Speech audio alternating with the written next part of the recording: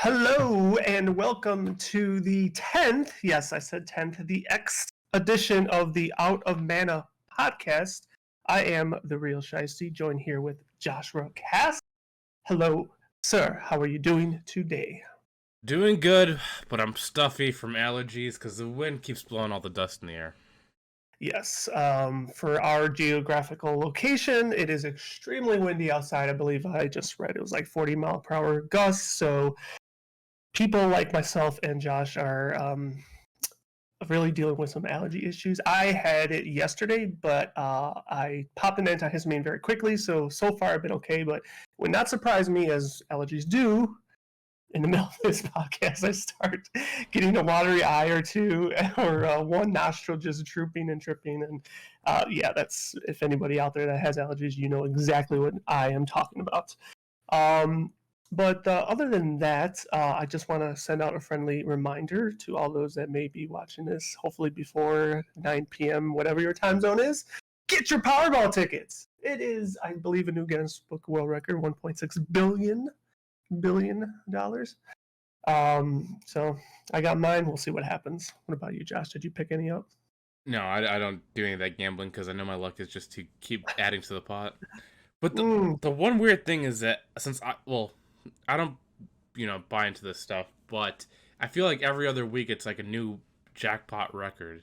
It's no. like I've I heard think that saying like over 20 times in like the last 2 years. It's a new you're, record, new record. no, you're not wrong. It has broken its own record recently many times because I believe the Powerball is now like 3 times a week, and it used to be only twice, and probably even before that, only once.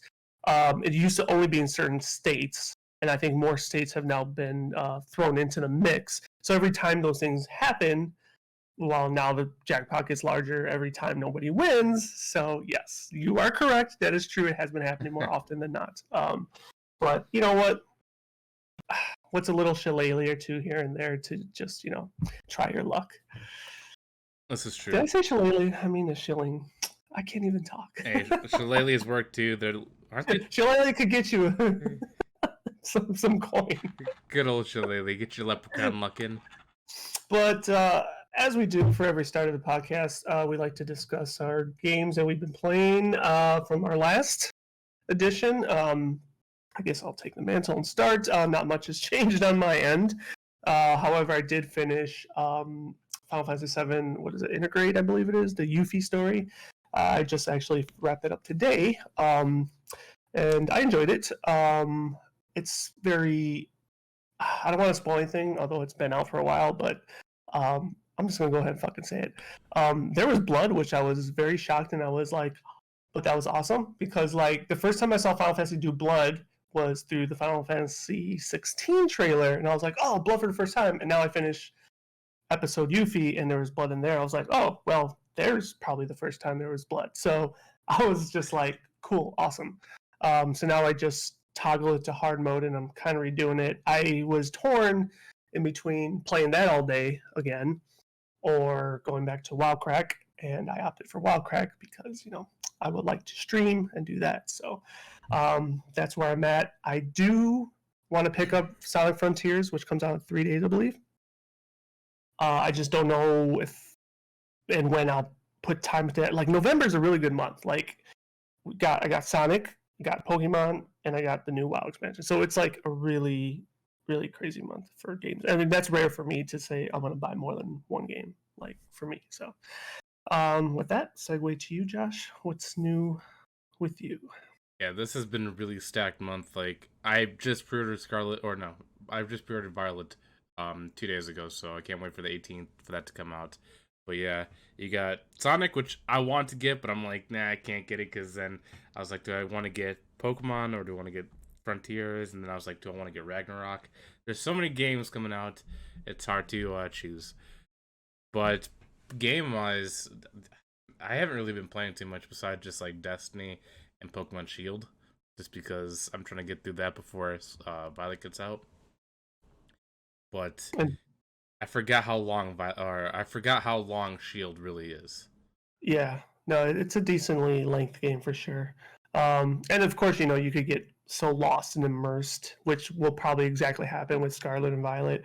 I'm just glad that it's coming out on a Friday because that way, um, I could kind of binge it all weekend. Hopefully, I know I pre-ordered through Pokemon Center, so and with my move, I hope I get it that day, but I don't even know if I will. If I'm being honest, if I'm very like wanting to play it and I don't get in the mail, I might just go out and buy the other version just to start it, which would be kind of odd. But we'll see. Hopefully, yeah, hopefully I get it in time.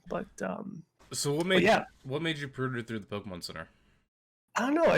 I've been buying like all my Pokemon related items through Pokemon Center for whatever reason. There's like no reward system or anything. It's just where I buy my shit. Yeah. See, this is one thing I have a problem with Pokemon recently because Pokemon used to Mhm. give out like the best pre-order bonuses, like they'd give out like little statues and cool little items. Now, And well, for like not like yeah, they like for maybe like a 2-inch figurine, not like a statue. well, I mean it's still like whatever that size is, like 3, 4 Yeah, like inches. 2 inches. Yeah, yeah. But from Emerald all the way to I think it was like Sun and Moon, I always got like a cool little statue, like a cool little mini statue, or some like cool keychain, or like a some Pokemon cards or whatever. You get Mhm. nothing now. It's No, like, no, no. You get an in-game item. oh yeah, 3 revives, 1 potion. That No, you get a yeah, like okay, so Sword and Shield, you got a cosmetic gold backpack or whatever, and I think in this one you get something else. I don't think it's gold, but it's like a satchel or something. I don't know, or a I, I backpack. I can tell you that's not the pre-order bonus. I looked. Yeah, it It's is. 3 revives, 1 potion, 5 Pokeballs. Well, the Pokemon Center one gave a pre-order bonus. Let's look right now, because Yeah, if let's they look do right that, now. I would be shocked. But so far, everywhere else is just 3 revives. I Pokemon Center.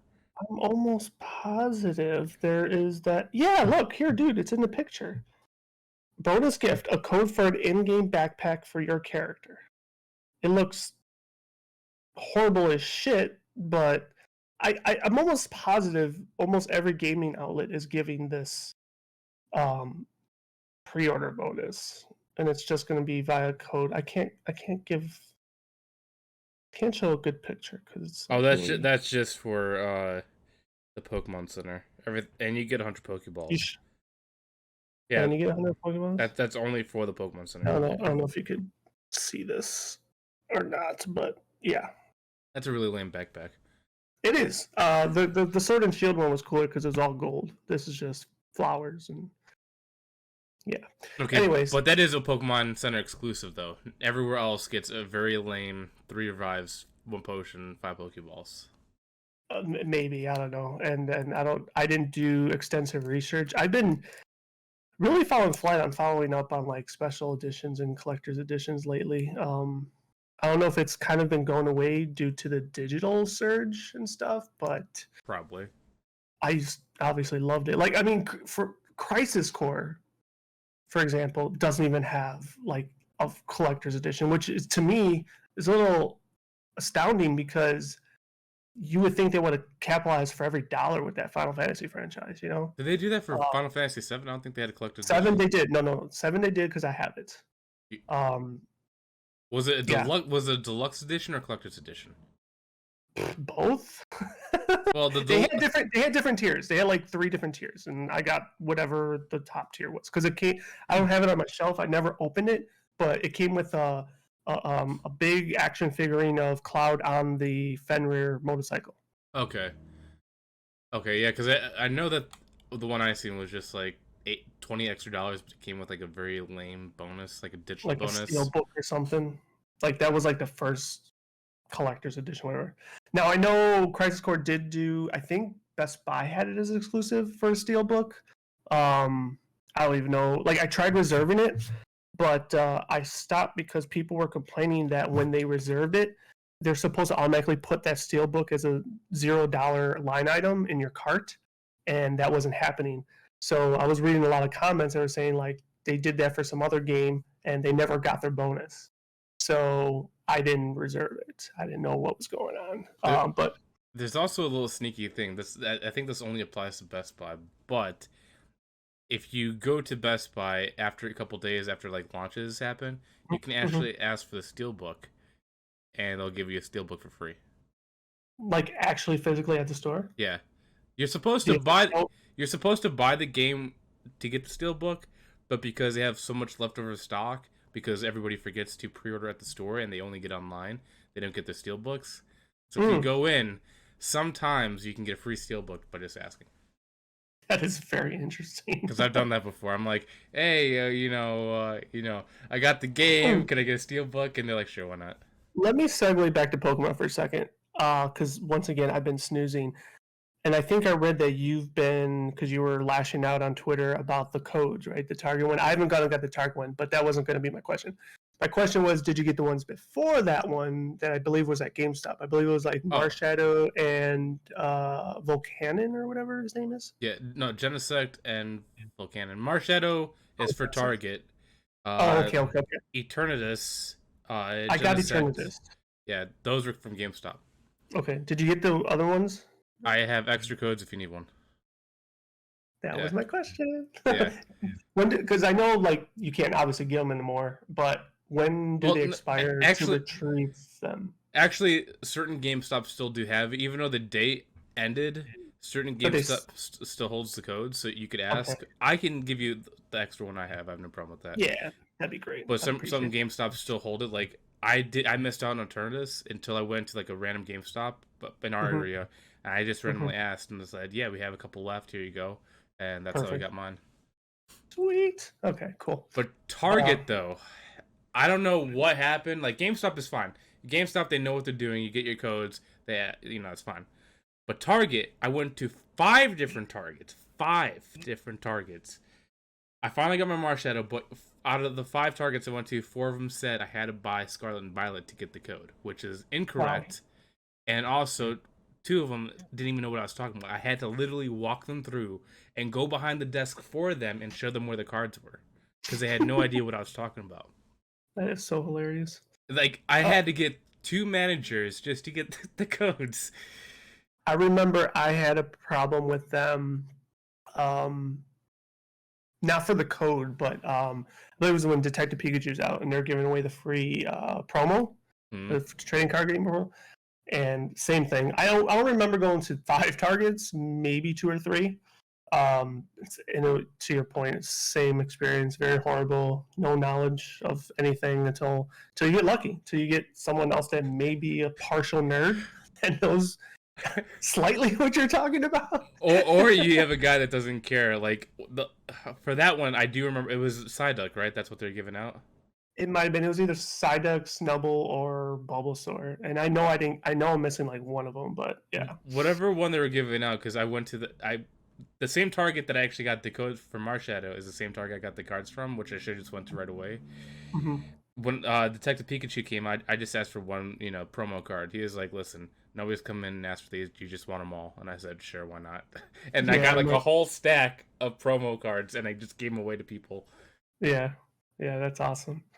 And like, yeah, I don't remember. I think I might just got like two or three. Like sometimes when they ask me that, like I won't take the whole stockpile. I was like, just give me about a handful because I don't know that feels a little bit wrong still. Well, maybe if you're keeping it yourself, but if you just hand them out to people like just randomly, like obviously Well, when we have the Pokemon Discord, so when it yeah, was popular, I was giving it out to people just randomly. yeah.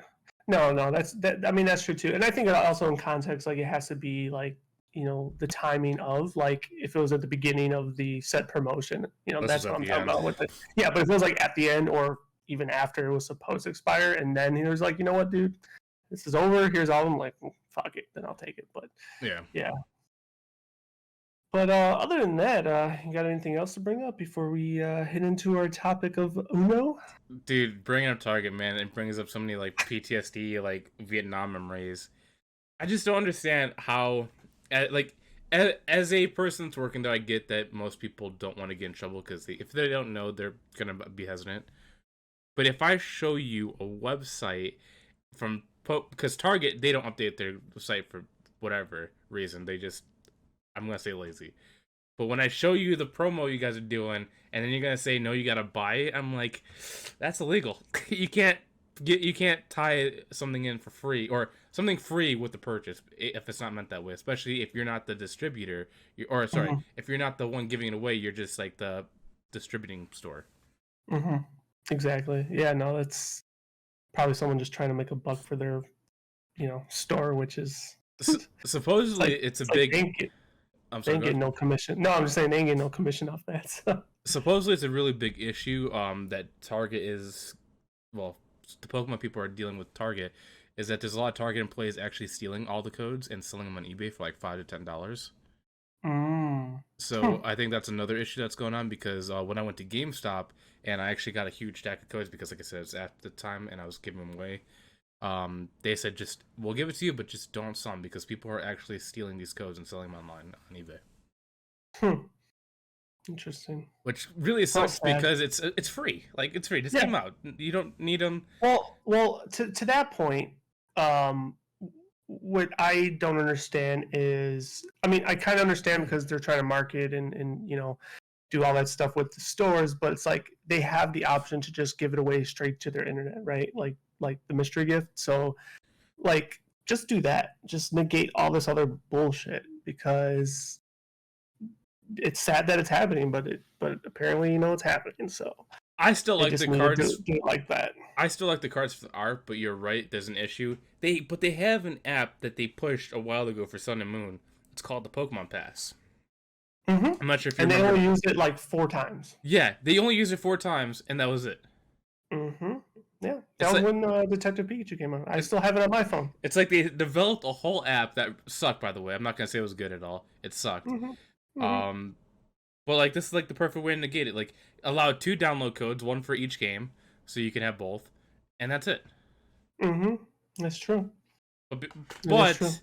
but like there's gonna be people like me that'll go against it because I do like the little art cards because I actually do save them. I have like a little. I'm not gonna say a binder, but like a sleeve of like all the past ones, just to go back and see the different art styles. Hmm. Yeah, But so, I mean, but the speaking of hoarding art, issue is a thing. yeah, for sure. I mean, speaking of art styles, like, and I don't want to go too down the rabbit hole, but um, they just announced their last trading card game expansion for Sword and Shield, and it's called Crown Zenith. And when you're talking about art styles, dude, oh my fucking god, dude! Like these artworks are beautiful. Like they are by far the best work they've ever done. I can't wait to start fucking getting my hands on it. And they're introducing like more alternate artwork, so they're gonna be rare to get. Like And this one has like a city background for Genesect. This one has like some kind of weird jewel thing, and obviously this one's more basic. mhm. So yeah, I don't know if you had an opportunity to start looking at those cards on social media, but if you haven't, you should because they look just fantastic. What's it called? Crown Zenith. Yeah, I'll have to get. So and it's gonna these it's, are it's actual gonna be playing like, Pokemon cards, right? huh? Are they actual playing Pokemon cards?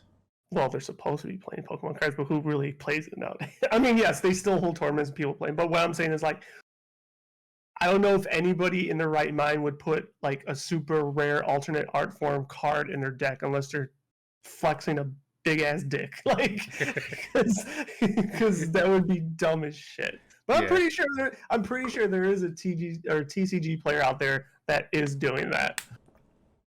But that would be, yeah, that'd be kind of dumb because like the base.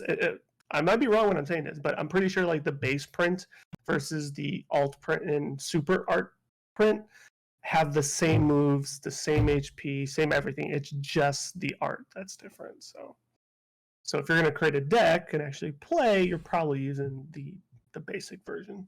One thing that Pokemon needs to do is, thanks to Alfredo from the Dukes of Gaming podcast, I've been playing Pokemon Snap, or not Pokemon Snap, Mm-hmm. Marvel Snap, Mm-hmm. and it's kind of cool because you have like the base cards like Pokemon, like just normal attack moves, but then you have something called like what's it called? Frame break, which is like the characters breaking out of the normal box frame, and then you got 3D art explosion or whatever. If they put Pokemon TCG as a mobile app and did it that way, It is. It just doesn't look like that, though. I think what you would want is them to recreate how the game is graphically played to kind of look like that game. But the TCD game is. I mean, I have an account. I have, God, I probably have like 300 codes that I could redeem from that, and I don't know if there's a market to sell those cards, or if you're even allowed to. But people probably do it anyway. But I mean, people sell them, but a lot of people that do like actual physical card unboxings, they show the code so people can download it online. yeah.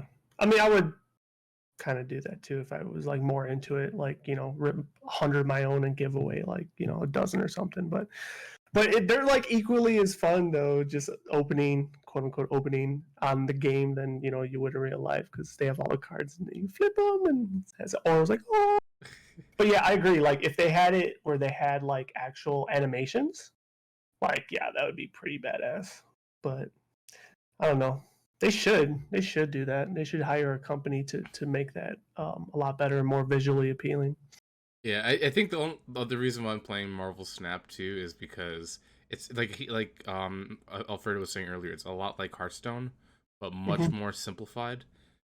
And I think that's the reason why I'm playing it, is because it's funny when he said that though. Like I feel like Hearthstone is pretty simplistic. If you ask me, like if I'm being honest, I feel like it is a pretty simplistic game. So when he said that, I was like, how much more simplistic is this if Hearthstone to him wasn't simplistic? So Hearthstone is like just the average level. Marvel Snap is easy level. Like this is for babies. Like you have 3 zones, and the whole goal is to hold 2 of those zones, and whoever has the most attack power in those zones wins. So, for example, if you really want to, like, let's say you and your teammate are battling at it, you can have you two are battling for middle and right zone, and he beats you in the middle, you beat him on right, but somehow you still played your last card on the left. Even if it's like a 3 attack power and he has 0, you still win that zone. I think the one thing that, and by the way, Chris is actually playing that game too. I think the one thing that is appealing is the fact that the games last like what they say, like 3 minutes or whatever. Yeah, very quick. But that's like, once again, that just shows you how much the world is changing. Where this new generation wants everything fast, and that's fine in certain capacities in life. But like I don't know, going back to Hearthstone, it's like as much as it's a simplistic game to me, I still like the idea. Well, it could still be like a chess game, right? Like it still is a very strategic game. Well, if you want that, play Magic the Gathering. Oh well, 100%. I mean, that was my foray into trading card games as a whole. But when I was a wee lad, I was never able to keep up with it because it's fucking expensive. Yeah. I mean, so could Pokemon be, but like I just liked it for collecting, because even when I was building decks, it was so hard to find anybody that was also playing and building decks. Like most people collected Pokemon cards rather than played Pokemon cards. But Pokemon was also very simple too.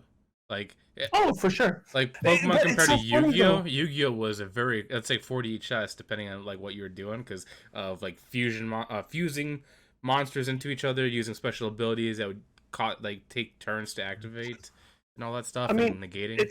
It's simple, but if you really think about it, it kind of is an overlay of Magic the Gathering. Like instead of land, you have energy. Like I mean, it's the exact game. So like the fact that you would call it that is, I think it's just because it's Pokemon. You think you kind of like put an age level down on it, but it really isn't. It's just as intricate as Magic the Gathering. No, Magic the Gathering has a lot more variables, because Pokemon, all you have is special abilities, attack points, and I think I said energies. But basically, you only have 3 things to really move yourself forward. With Magic and Yu-Gi-Oh, you have 7 different things. You have trap cards, negating cards, fusion cards, cards that abilities that synchro with each other. Like, there's more aspects with Magic and Yu-Gi-Oh than it was with Pokemon. Pokemon is just like a 3-step process, while the others are multiple-step processes. Yeah. I mean, I think Pokemon has those layers, but people don't really showcase or utilize them as much. Yeah, even the world people don't show them. Exactly. But On that note, let's go ahead and segue to our topic one, shall we? Sure. Even though they're not really related in one bit, but um, so topic one, as was a hot topic this week, That's a story. You is can't say that. huh? I said that's a story. You can't say hot topic. Oh, whatever. No, just joking. It's a boiling hot topic. So The Witcher is recasting Geralt from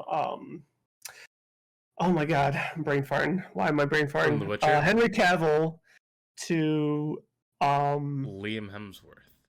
Liam Hemsworth. Yes, good old Thor. No, that's not Thor. No. Chris Hemsworth is Thor. Liam Hemsworth is Oh. the youngest brother. Oh. Well then. It put a little bit different. I did not know that. So anyway, nonetheless, there's a recasting. Internet's going bananas because everyone loves Henry Cavill and thinks he's the perfect Geralt. Which, I mean, I don't. That's all I've ever known. So like, I never played the games, didn't read the books. So he's all I could tie it together. So to me, it's like, yeah, he fucking worked it. He did a fantastic job, and now since he's the only one, that's who we want.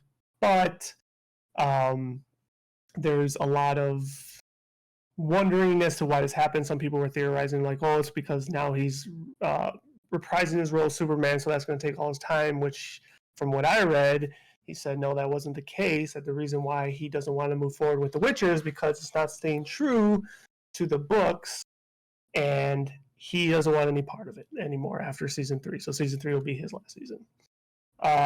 Which if that is true, I stand and applaud that because he is a nerd. He's also a WoW nerd. And I appreciate him holding his ground and wanting to see something that he's passionate about be respectful and canon to what the scriptures say, so to speak. I have an opposite opinion on this. Go right ahead, sir. So it's possible that he is leaving for those reasons. I think they're creating a time period where Liam Hemsworth is going to play a younger Geralt, and they're going to use him for a couple of years until the next Witcher trilogy comes out, and then they're going to bring Henry Cavill back in to continue the storyline going forward. Because Ciri also needs to age quite a bit going forward past book 2 and 3. So you're thinking then this is all a ploy?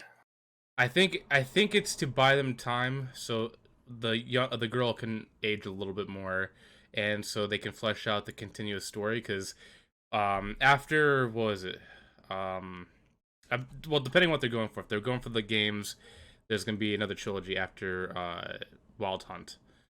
But I think the books end with Assassins of Kings, I think. I don't know. It's been a long time since I read the books. But there's still a lot of story to be covered and a lot of story that's being written. And Ciri, the girl that's in the show, she still has to age quite a bit more because in the books and the games in the later half, she's more like a 30-year-old woman. So I think they're just trying to give her time. Plus, if you look at The Witcher, the way they're going for, they're not going in a linear order.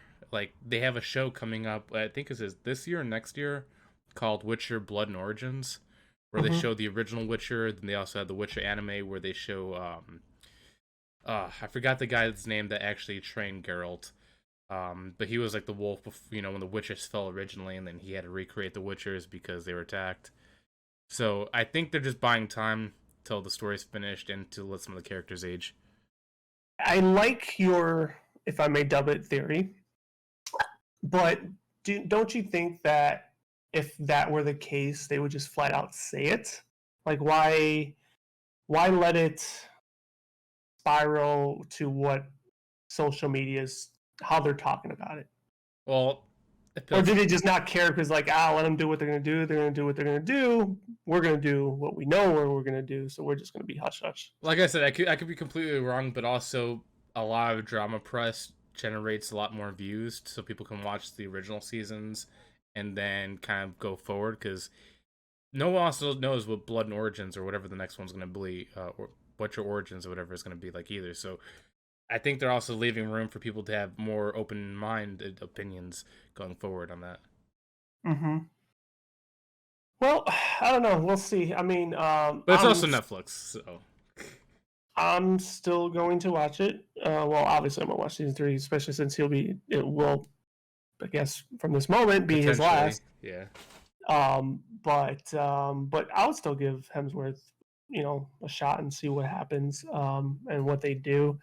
I guess we won't know if what you're expecting slash projecting will actually happen, but maybe we'll know in a year and a half time. But I I will don't know. I will say if I'm wrong though, and they're using Liam Hemsworth as the new Geralt, but playing Mm-hmm, his current time period, it's mm-hmm. the worst casting choice of all time. They should have went with somebody like either Luke Hemsworth, which is the oldest Hemsworth brother, or they should have went with my personal choice, Mads Mikkelsen, I think is his name. He's the guy that played um what's his name?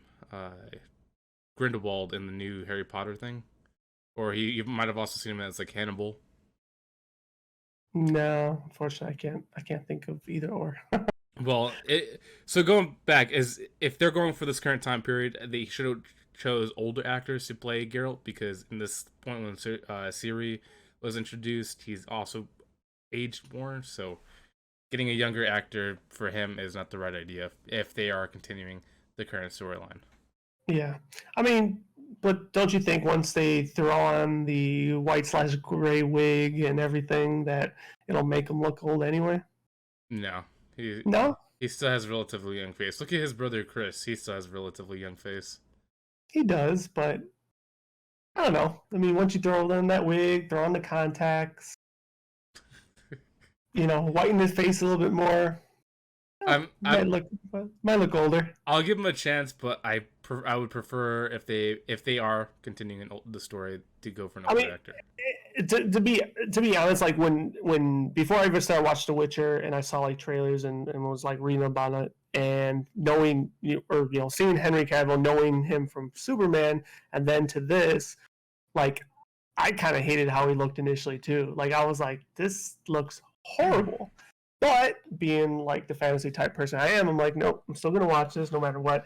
And it just grew on me, like or his look grew on me. Like I just was able to look past it, but I still felt like that wig just didn't look good on him, and it just looked horrible.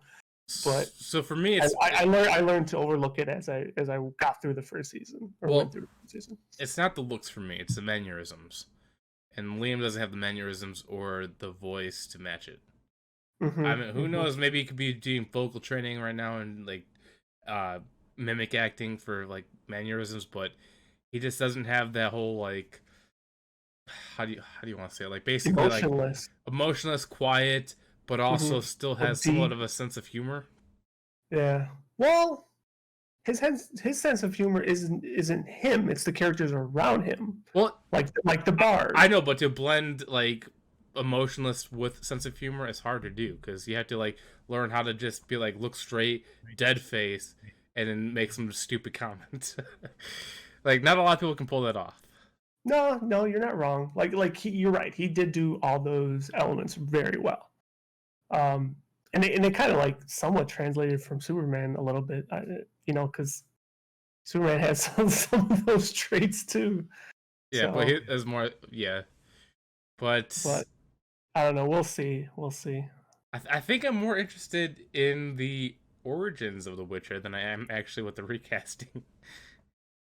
Has that been greenlit already, or? Oh, I think it's already done shooting. I think they're just waiting to release it now.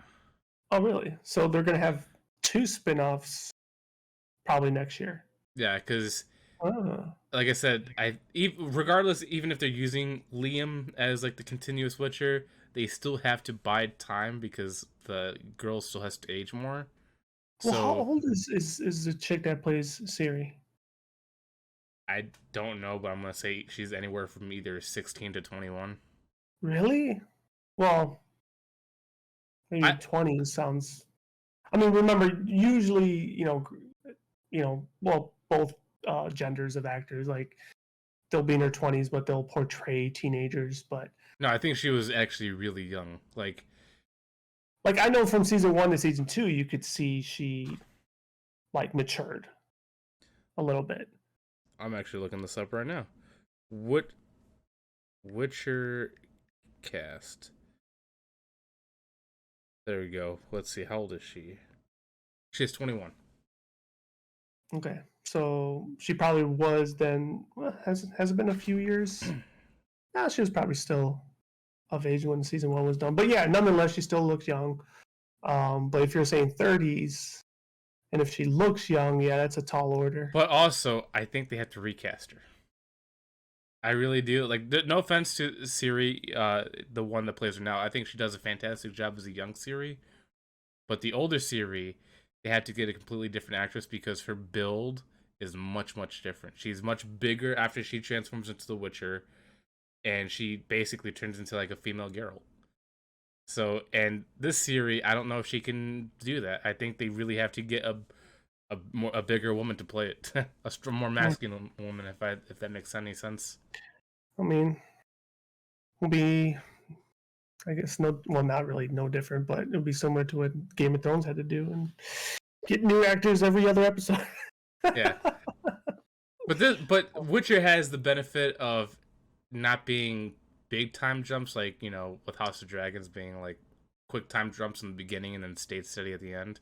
Mm-hmm. The Witcher is just one continuous time jump as you go further. Like, I think Witcher 1 to 2 was like maybe within 10 years of each other, and then Witcher 3 was like maybe 5 years after Witcher 2.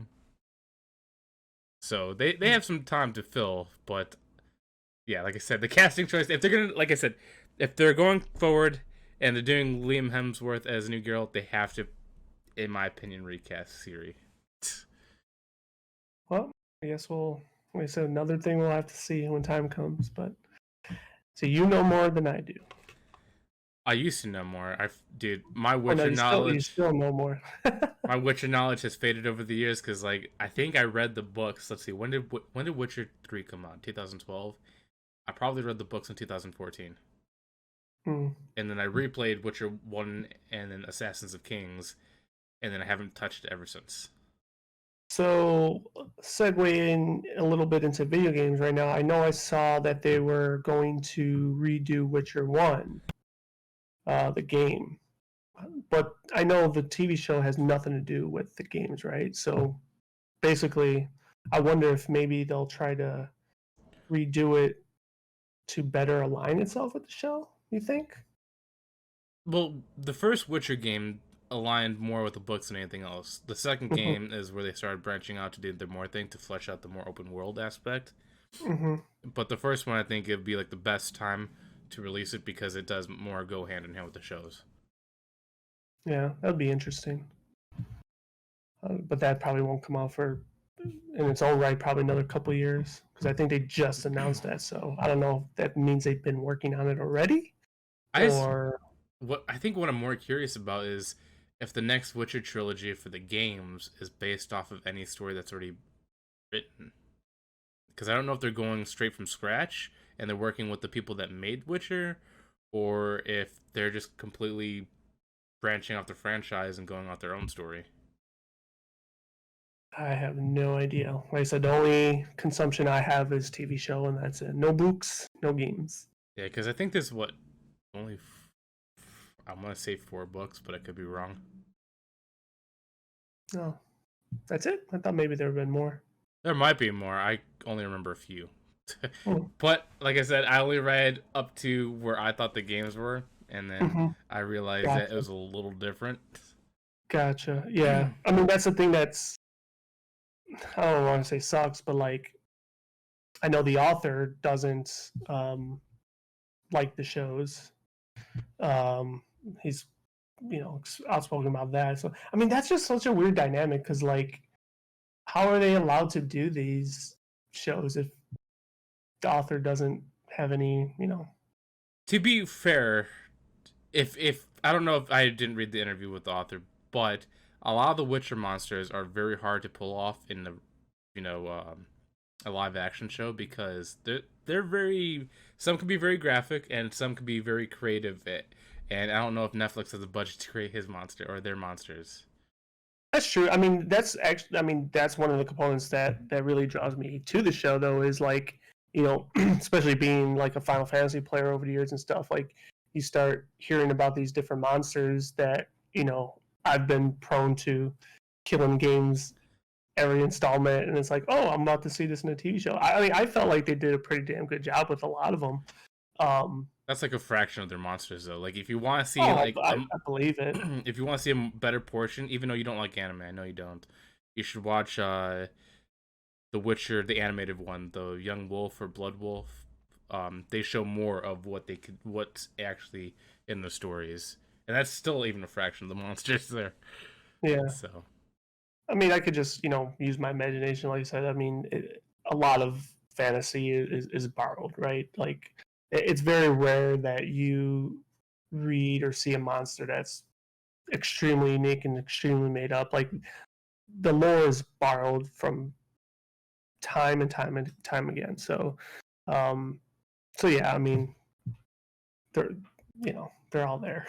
so since you do like the show, would you ever consider reading the books or playing the games? The game, maybe. Like I said, if they're redoing this, maybe. I never really, honestly, I never saw a lick of gameplay for the ones that are out there right now, so I have no idea what they even look like. The books, probably not. Probably not. Just being honest. So what you're saying is, screw the author. I don't care about him. I need to watch a show. Yeah, I mean, I mean, call me lazy, but like watching a show or movie is the easiest medium to consume an IP, Well, right? I 100% agree. I prefer it too. So I'm. I mean, and it's the most visually appealing. Like, I mean, I could argue that, I mean, really could argue that video games is more visually appealing, but it's a lot easier. It's a lazier consumption. But it can arguably be the best consumption, depending on how it's done. Um, but games, I like because let's go back to the monsters, for example. They're going to execute in games, right? Like, there's no dare I say, boundaries. Like, you mentioned Netflix and the budget, and that may hinder the quality or what you're able to put into the production. But a game, on the other hand, they're going to do it, right? They're going to find a way to do it. So, like, you're going to get a lot of the world and lore through the game than anything. But I just think that whenever you get anything translated to live action, like, that's our world, right? That's the humanity approach to something. So it just feels good to see it in that capacity. Man, I wish this I wish this was a topic, but do you feel like or do you feel like CG has gone downhill?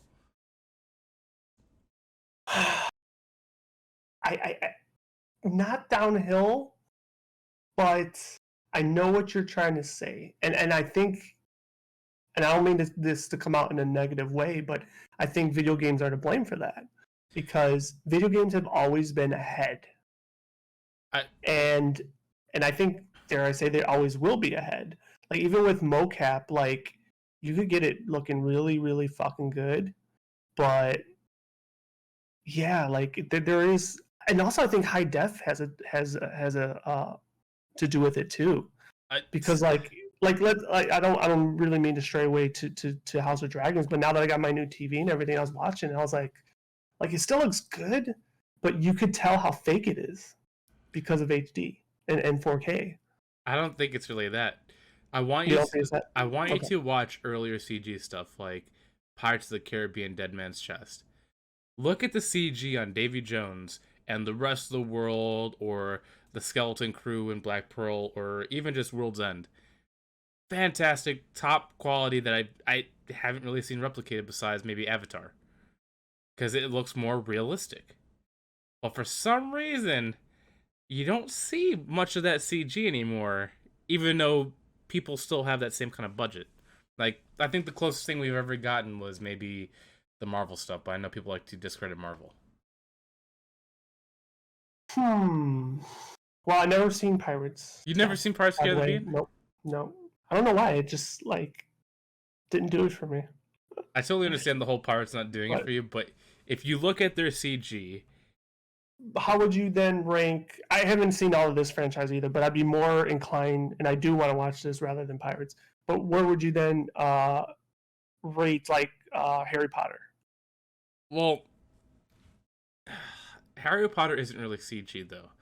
Like the monsters that they have CG suck. Okay. If the movie is based off of those monsters, it would be horrible. Luckily, it's Mm-hmm, not. It's based off mm-hmm, of set pieces that they can recreate in real life. mm-hmm. So Harry Potter wouldn't be a CG movie. Okay. Obviously, they got touch ups and all that stuff and magical effects, but it's nowhere near the level of like parts. Gotcha. And I know we've talked about this on another podcast briefly, but then how would you rank like the Warcraft movie then? See, this is the problem: is that I'm giving Warcraft a little bit of a break here because it's more based off of like video game stuff, and realistically, that'd be impossible to do live action like they did. But Mm-hmm. because they got pretty darn close, I'm gonna give them an A. But realistically, in the grand scheme of things, compared to like Pirates, so it'll be like maybe like a C plus. And I've never seen this movie from beginning to end, but Ready Player One.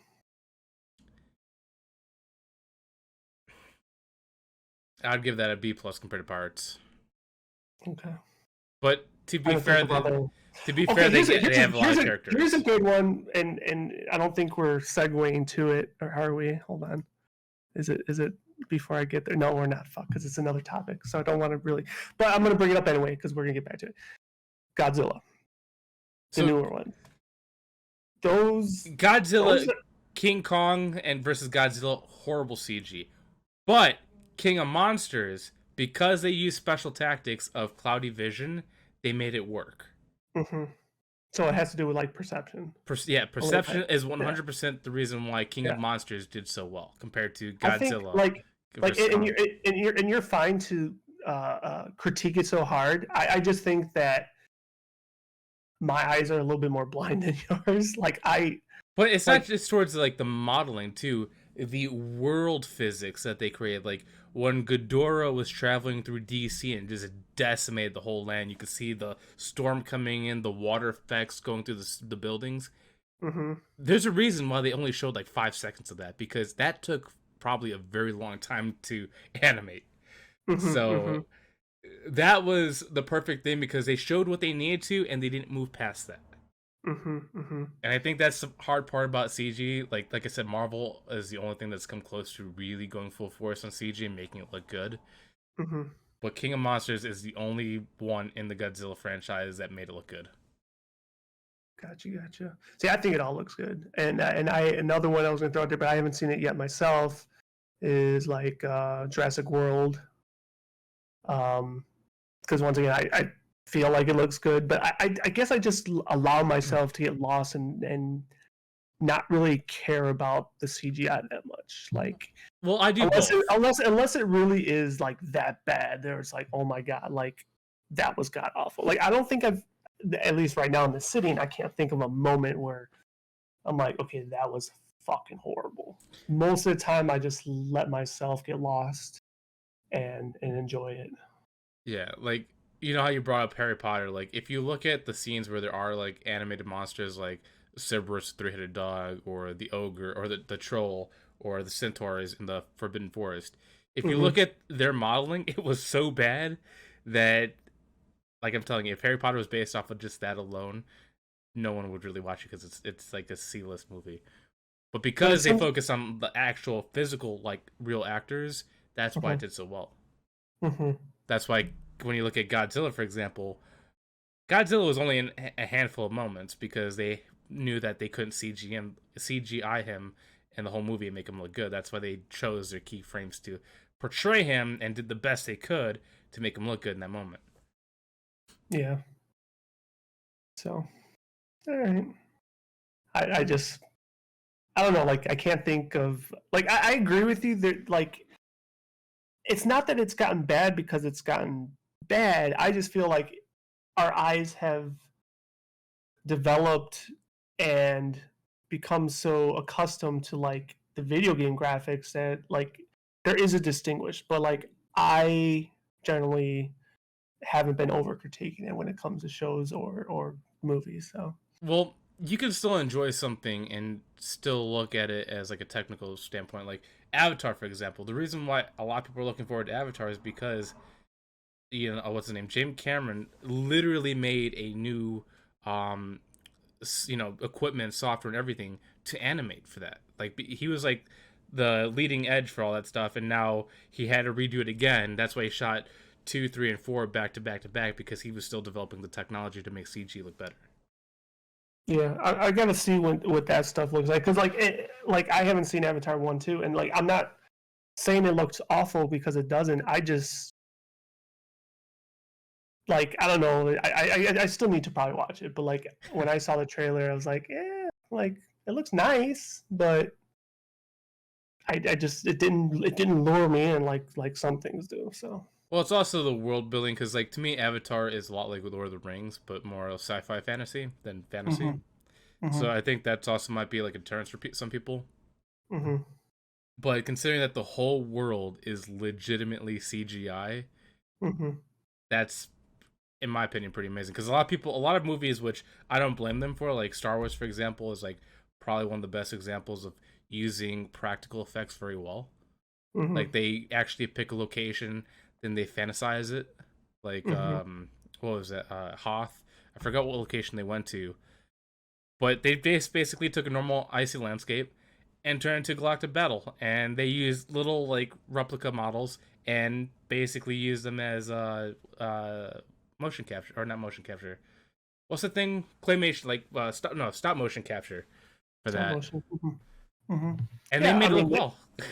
yeah, I know. Like, I forgot who else I was talking about this, like regarding the old Star Wars, and because the first one came out what 77, 8, something like that, Something like that. and how good they hold water, like to this day. Like, it's just amazing what they were able to do back then versus what options and technology they have today. Well, same thing It, with Jurassic Park. Like, even though I'm not a fan of Jurassic Park because I thought it was really boring, the effects that they're able to use for that movie, like the animatronics and all that stuff for the dinosaurs, the T Rex and all that stuff, is still fantastic to this day. yeah, well, that's because they use animatronics, and that's, I mean, they're not real. We know that, but like they're made real. So Yeah, there was no CGI, and that's why those hold water because they were made. yeah. First, I don't know when they made the conversion to CGI. It might have even been just straight up to the second one, maybe, right? I don't know, Well, they use but CG in all of it. It's just you can see where they tried to blend both of them. Most of it was animatronics and practical effects, mhm, but like when they were like animating the movement and all that stuff, that's where you would see CG cut in to help them out. gotcha. So yeah, but just to put a bow on this Witcher show, we'll see what happens. We're gonna watch it. No, yeah, I'm still watching obviously all season 3, and then we'll see what happens with season 4. I will give it a shot, but you know, I think the community and everything will have a lot to say with it. Who knows? Maybe Netflix will can it before it even gets that far because Netflix is weird. So on that note, being weird, and I'm just playing. Moving on to topic numero dos. Overdue, but we get to nerd out on House of the Dragon season thoughts and theories. Not too sure how much theories like I know. plays into this because like you read the stuff, I haven't, and nor will I. But I might read just random shit that's out there. But like it's hard to talk theories with you because right? I could still Like add even what. even before the season started, or even after episode 1, I'm like, I want to see what happens to this and this, and you're like, I can't really say this because I know what's gonna happen. And it's like, oh, fuck. But let's start with the thoughts part. Of course I enjoyed it. Give me Game of Thrones everything. I'm going to fucking eat it up and enjoy it. However, my only, dare I say, only negative thing with this season was the lack of action per se. I wanted more blood. I wanted more death. because I guess I'm so used to Game of Thrones, and I know it's coming. And I didn't think I'd have to wait for season 2 for. I really thought this last episode or two we'd get more of it. So that's my only negative thing. But man, like going episode by episode, like it was more of a drama show, which is fine. I'm for it. Like there was a lot of good drama, a lot of good cinematography, a lot of good fucking moments. Like the episode when shit when what can't think, but when they all met and there was like so much tension where like everybody probably could have murdered themselves. Are you talking about the family dinner? Yeah, that was it all in one episode. Now I'm trying to think because so much was going on. Was it when King Jaehaerys was at the table? He was already disfigured and all that stuff. Well, I think it might have been that same episode then, but it was the beginning of it, right? Where they had like when they're all like on the outside, and Daemon first came back, and Viserys was like, or Viserys, I can't even say his name right. Viserys, yeah. Viserys was like, "Oh, I missed you," and he's like, "Yeah, whatever." Yeah, that whole episode, like the tension, like they did a so good job to like cut it with a hot knife through butter. Like it was just so good. And then even that scene where he was all like dementia and Alzheimer's pretty much, and she's like, "I need your help," and then he fucking bam through the doors and walked all the way to the seat. It was just such a good moment. And for me, because I'm a fucking Warcraft whore, but like it brought me to like when, for whatever reason, like when Arthas returned to kill his father. Don't know why I made a comparison, but I don't know why. It just gave me like those jelly feels. And then later to read on the social media that Matt Smith, that whole part where he dropped his crown wasn't supposed to happen. Yeah, it was totally random. And Matt Smith just picked up, put it back in his head, so they kept it. I was like, dude, that's fucking awesome. Well, most best scenes in like any show or movie is always just random, like on the spot created. Yeah, I just thought that was just so cool. But yeah, like I mean, you could bounce off some of the things you liked and your thoughts, and I'll piggyback them. But I'm just getting lost in all the different moments, and but I just really wanted more death. like we got a little bit here and there. Like we had one battle with Daemon, which wasn't that great. Like he kind of had his Jedi moment, like zoom zoom, just killing people. And they didn't even show him kill the main guy. Like they show him come out with like his body cut like from here. And it's like, okay, like could have done more there, I guess. There could have been more dragons, right? It's House of the Dragons. Like I know House of Dragons meaning the family, the Targaryens, but you have now so many dragons that exist, and you only show like a handful of them. Like, come on. Like I know it costs money and it would probably take longer, but even the very final scene, like it was kind of short. So going back to your imitation of me, well, I know how this is going. Yes. Don't expect episode 9s from House of the Dragon. Don't expect every 9 episodes to have a huge battle, because in the story, there's only a handful of battles. So it's more drama based, more political, more geo-positioning than anything else. Uh-huh. But to your point with the dragons, you're not so. Season 1 is the first season is just supposed to build the characters. The next season, you're gonna see a lot more dragons, because I think there's like a total of 14 dragons at this current point in time. I think so, yeah, like a dozen or 14 or whatever. But the one thing that I'm very upset with, if we're going about the dragons, is what's his name? Is it Vagar? What's the dragons? The biggest one? Yeah. Yeah. Uh-huh. They keep messing with his size. Certain scenes he looks small, and certain scenes he looks massive. Like when he's in the sky, he looks big, which is how he's supposed to look. But they keep changing his scale. You're not wrong. Like when I can't think of the chick's name. Like when he killed her, like he didn't look too big, and maybe once again you go into perspective.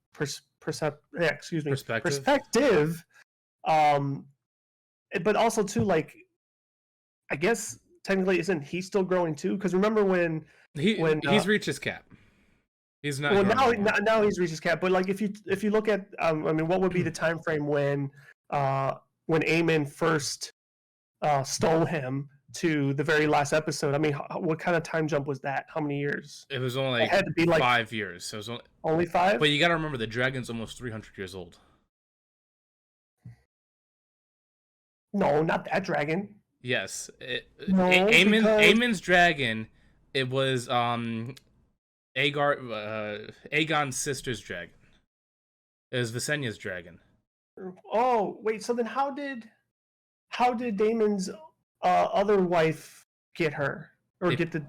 So Vhagar was passed down from Visenya and kept going down the line, and that's how they got to that. But Okay, that see, I didn't know dragon that. is the oldest dragon. So now this got me questioning a lot of things. So do Valerians get dragon eggs when they're born like Targaryens? No, No, they're gifted. they're gifted. Okay, so that 'Cause makes they makes sense then. They have Valyrian blood, but they don't have Targaryen blood. Targaryens are tied with Correct. the dragons because of magic, but with marriage, because some of those Valyrian siblings also have Targaryen blood in them. Like, for Correct. example, the one that burned herself, Fire Dragon. Mhm. She was half Targaryen because of Viserys' sister. That was her daughter. Correct. That's why she has a dragon. Yeah, but you just said she got it passed on though. That wasn't her from a dragon egg. No, she got passed on because she's related to I can't remember her name. Rhaenyra. It's not Rhaenyra. Rhaenyra's. They both have an R name. Yeah, a lot of names sound the same. It's hard. It's hard to distinguish sometimes. Yeah, Just but like, it was originally her parents' dragon that got passed on to her. gotcha. Okay. So yeah, that scaling is pretty bad because, well, I don't know, maybe not because maybe he looked so fucking huge. Because you got to remember, The best representation was the final episode when he was at the castle and you seen like the little dragon going. Yeah, well, that's the point I was just gonna make though. That dragon was still very little. Like that was pretty much a teenage dragon. So of course, when they showed that shot when he was over and it was just like a fucking whale to a dolphin, like Yes. he looked fucking enormous. But once again, you're putting him next to a fucking teenage dragon. Like yes, but at the current time, he is the biggest dragon. Oh yeah, I know that much. I do know, and nothing comes close. Like I think the next size dragons scale wise are like a third of his size. Next biggest, right? Like I don't even think there's one half its size. Yes, well there is, but you I probably thought there was like 3 that were like a third of its size. there are 3 that like are a fraction of its size, and that's Daemon's current dragon, that's Rhaenyra's current dragon, and Viserys' current dragon. You didn't see his dragon at all this season, but his dragon will be passed down. But so the one that Daemon was singing to, that was that wasn't his original dragon. No, I know. That was the episode 1 King's dragon. Yes, and that's the only dragon that can compare it to Vhagar. It's not as big as Vhagar, but it's just as strong. Okay. That's why he was enchanting it, because there's a reason why it was locked away, because it almost killed its original owner. And it's also pretty massive too. So when he busts out, and later on when they have the Aemon versus Daemon battle, that's going to be the best battle anyone is ever going to see. But of course, we're not going to get that until a lot later. But those are the only 2 dragons that are massive in scale. Yeah. Well, we're looking at probably like another 6 years since this is all wrapped up, because according to Jar Jar Martin, like he says this should be a 4-season show to get like everything done. Like I was saying earlier. Well, I said 5 seasons. I don't recall what you said, but yes, you did mention something like that. But now that we know it's, I mean, I don't want to say factual, but like that's what they're ballparking per se. Like, and I think it's going to be close to 8 years, because I think they're going to do a year gap in between. Because season 2 doesn't come out until 2024. Correct. They're saying spring 2024 because they're barely going to start filming spring of 23. Plus all the posts that needs to be done. What I'm kind of hoping happens is, there's these. Unfortunately, there hasn't been another spinoff to be fully greenlit yet. We got rumors of the Jon Snow one, and we have rumors now of Valerian spinoffs. But none of them have been greenlight to start filming. So what I'm hoping happens is we kind of get two rolling here, where when one's now on hiatus going to film its next season, we could have another one take its place, like in a 3 or 4 month gap, so we could kind of constantly have some sort of Game of Thrones. But I don't know. I would like to see that. I don't think they will though, only because of financial reasons. Warner Brothers is really struggling financially. They had to cut a lot of shows because they spread themselves too thin, and a lot of the shows didn't bring the money that they thought. Like, for example, I thought I was reading Warner, unless it's a different silo under the umbrella, but I thought Warner Brothers made a profit like this last quarter or something. they made a profit, but they lost a lot of money because Yeah. they Well, I know they canned a whole bunch of shows. Like, for example, Westworld, which I'm a Westworld. huge Yeah, I fan just of. read about that. They canceled that.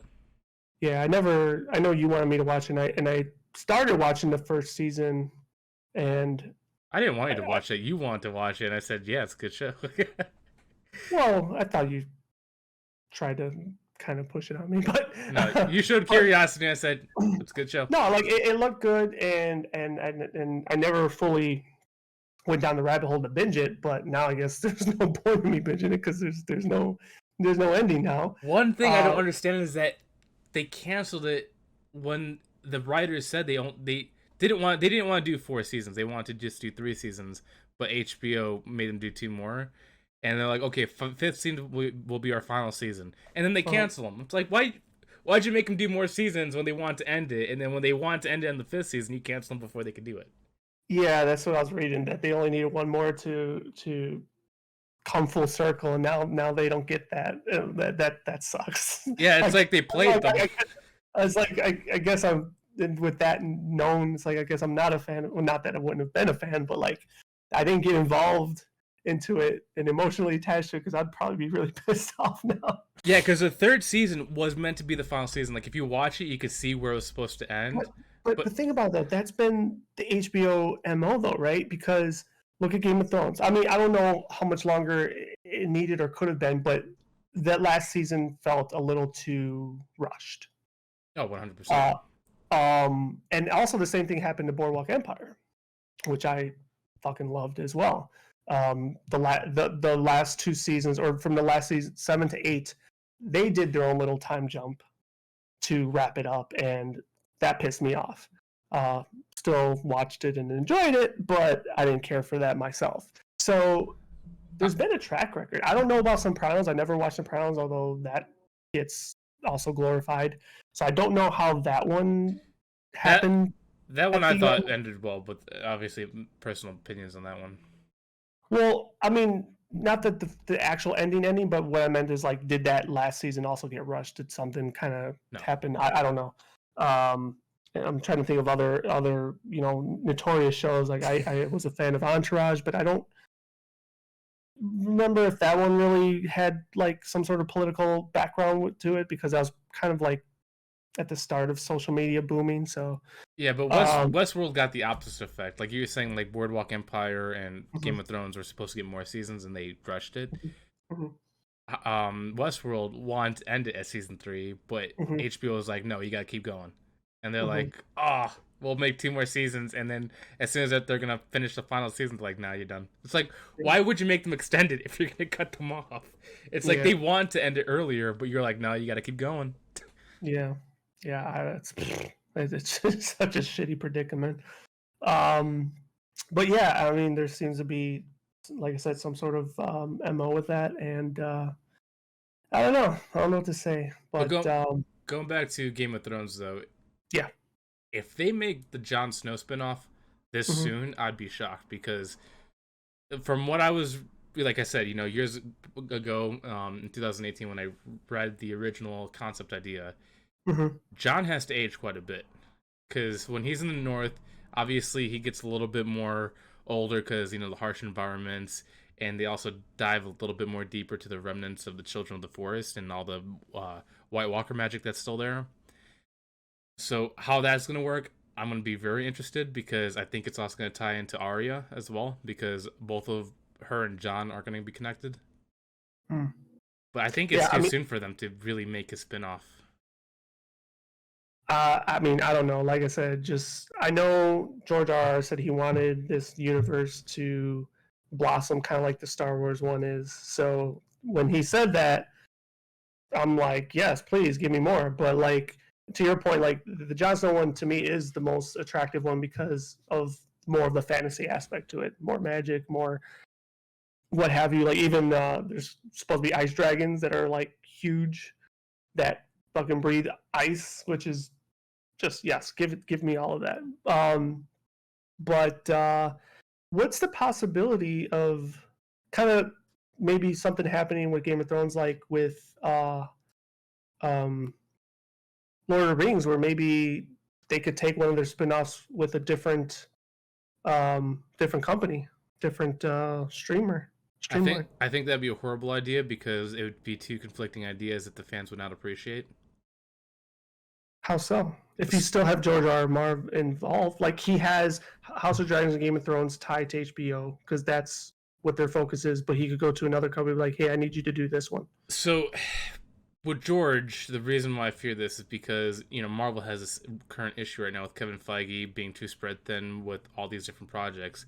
George Mm-hmm. R. R. Martin is very stubborn a lot of times, and I think having multiple projects going at the same time where he's overviewing them, it's not going to go well. And I think that's why they should only limit themselves to maybe two max. Because I think he would get in his own way too many times, and also if he does let it go, then we're gonna have another Game of Thrones incident where people are gonna be like, "Oh, this was horrible," and then George is gonna be like, "Oh, I told them not to do that, but they still did anyways, even though he left." Yeah, we won't get back into that, but that was his fault. Um, Yeah, but I'm just saying that that's the reason why I don't want that is because I know that's gonna uh, be the most likely outcome. but but even if that's the outcome or that's the fear, I mean, God forbid, but what's then going to happen when the man goes? Like, you know, Well, then they would have also the token issue where for who was the original owners of Lord of the Rings? It was Warner Brothers, right? Yeah, I don't It know. was Warner Brothers because they made the original trilogy and The Hobbit. But when Amazon took over, because Warner Brothers still owns most of the rights to Lord of the Rings, there's a reason why Rings of Power is set in the timeline it is because they only had that story that they bought. Because originally they were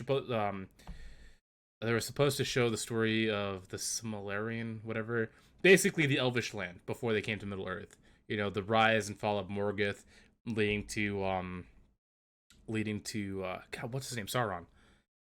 But because they didn't have the rights to the original story, they only had to use a part of the story, which is why you're seeing the fall of the original Sauron Morgoth, Sauron's rise to power again, leading into the Hobbit, and then to Lord of the Rings. So there's a reason why you're only getting a fraction of the story from Rings of Power. No, I get it. Like, yeah, I mean, that's just the, that's just the, what's the word I'm looking for? Mm. Yeah, with all the rights, purchasing rights, I mean, that could hinder projects and whatnot. But I don't know. We'll see what happens. I mean, like, all I know is I want more Game of Thrones. So, okay, going back to what you would like to see a spinoff. John is the one I'd like to see because there's so much that they can do in the future that still is unwritten, and anyone else can take the reins on that one. But I would like to see an Aegon's Conquest, the fall of Valyria, the rise of Westeros, and also Robert's Rebellion. Because even though we've seen Robert in Game of Thrones, him being, just drunk and all that stuff, Mhm. but when he was a warrior, him and Ned, they were beasts, man. And then also, I forgot what that guy's name is. The dude that was defending. Huh? Oh, I thought you were going to say Jamie Lannister. No, no, no, no, not him. The other dude, the double sworded dude, the one that was protecting the tower with Ned's sister in it. The something Morning Oh, Star. fuck. What was his name? I know what you're talking about. Whatever. Because the tower's named after him afterwards, right? Yeah, whatever his name was, he is the second best swords fighter in that universe. The only one that beats him is Jon Snow. But him and his feats are pretty impressive. Also, Ned Stark's and Robert Baratheon's feats are really impressive. And there's a lot of great battles in that story that I would love to see brought to the screen. Plus, it's them killing the Mad King, which is just like, yeah, that there's a lot going on there. So it would be pretty badass. But to be fair, I think that House of Dragons is like the perfect segue into Robert's Rebellion. Well, that's not where it exactly would end, but well, it definitely yeah. there'd be like a 2-generation gap period between Fall I of mean, House by the of time Dragon. it ends, yeah, it'd be like 1.5 ish, yeah. But going to obviously, I'm not gonna spoil it, but there's obviously the Starks are gonna be in House of the Dragons, right? Correct. And what the Starks do in House of the Dragons really kind of paves way to why the generations after still feel like they had to turn against the Targaryens. Because they proved their loyalty, and their loyalty just wasn't rewarded. And Gotcha. it's just, I don't know. There's, like I said, George did a good job at making his stories before, which I don't know why they went with Game of Thrones, because he had other stories fleshed out first. But I guess they're doing like a Star Wars thing. So House of the Dragons, Aegon's Conquest, they have so many things to still go through while he's still writing more. So they have a lot of stuff to bring to the screen. I'm hopeful. That's if he writes more. Yeah, supposedly Winds of Winter is almost done now. So wait, so since you're more intuitive with the book, so there's Horns of Winter, or was it Horns or Winds? Winds. Winds? I thought it was Horns. But either way, what is that about yet? Isn't that just the ending of Game of Thrones? So, since you didn't read the But books, now it's going to be the new ending because they didn't like the TV ending. Well, to be fair, before the book ended, so Jon Snow wasn't that Targaryen. There's another Targaryen that's in Game of Thrones, and he was the one from Essos bringing the Golden Company to Westeros. That's supposed to be Aegon, not Jon Snow. And then the Princess Promise is also not Jon Snow either. It's because they already established that. So this book is what then? It's the real ending. The real. So that's my okay. Like for example, what's her name? The mother, Catelyn Stark. Is that the mom? Mm-hmm. She's not dead in the books. She's still alive. I thought she was dead.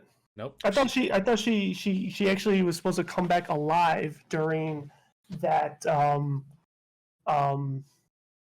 last like Winterfell battle. Like all the dead people from the crypts were supposed to come alive and help defend Winterfell. I thought that was supposed to happen in the books. Nope. She's not dead in the books. Mm. She survived because of Red Priest, so she's still there, and they killed her in the show. Well, maybe she's still around then. Yeah. So there's quite a significant difference. Like I said, Jon isn't Targaryen in the books. The person from the Golden Company is, and Daenerys is also slightly different too. I can't remember much because, like I said, it was a long time ago since I read those books, but there are significant character differences. Like Rob Stark, even though he did a great job in the show, he is much more of a beast in the books. Like Tywin was like, "I wish you were my son." Interesting.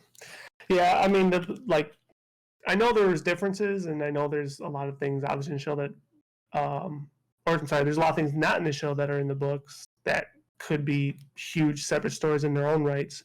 But I don't know. It's just depending on like what, because I've never read them, but it seems like whoever I talk to sometimes gives me different information, and it's like where's your reading comprehension? Because I don't know what the hell's going on now.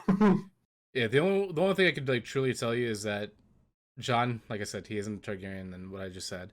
But going back to House of Dragons, because we didn't really finish that up.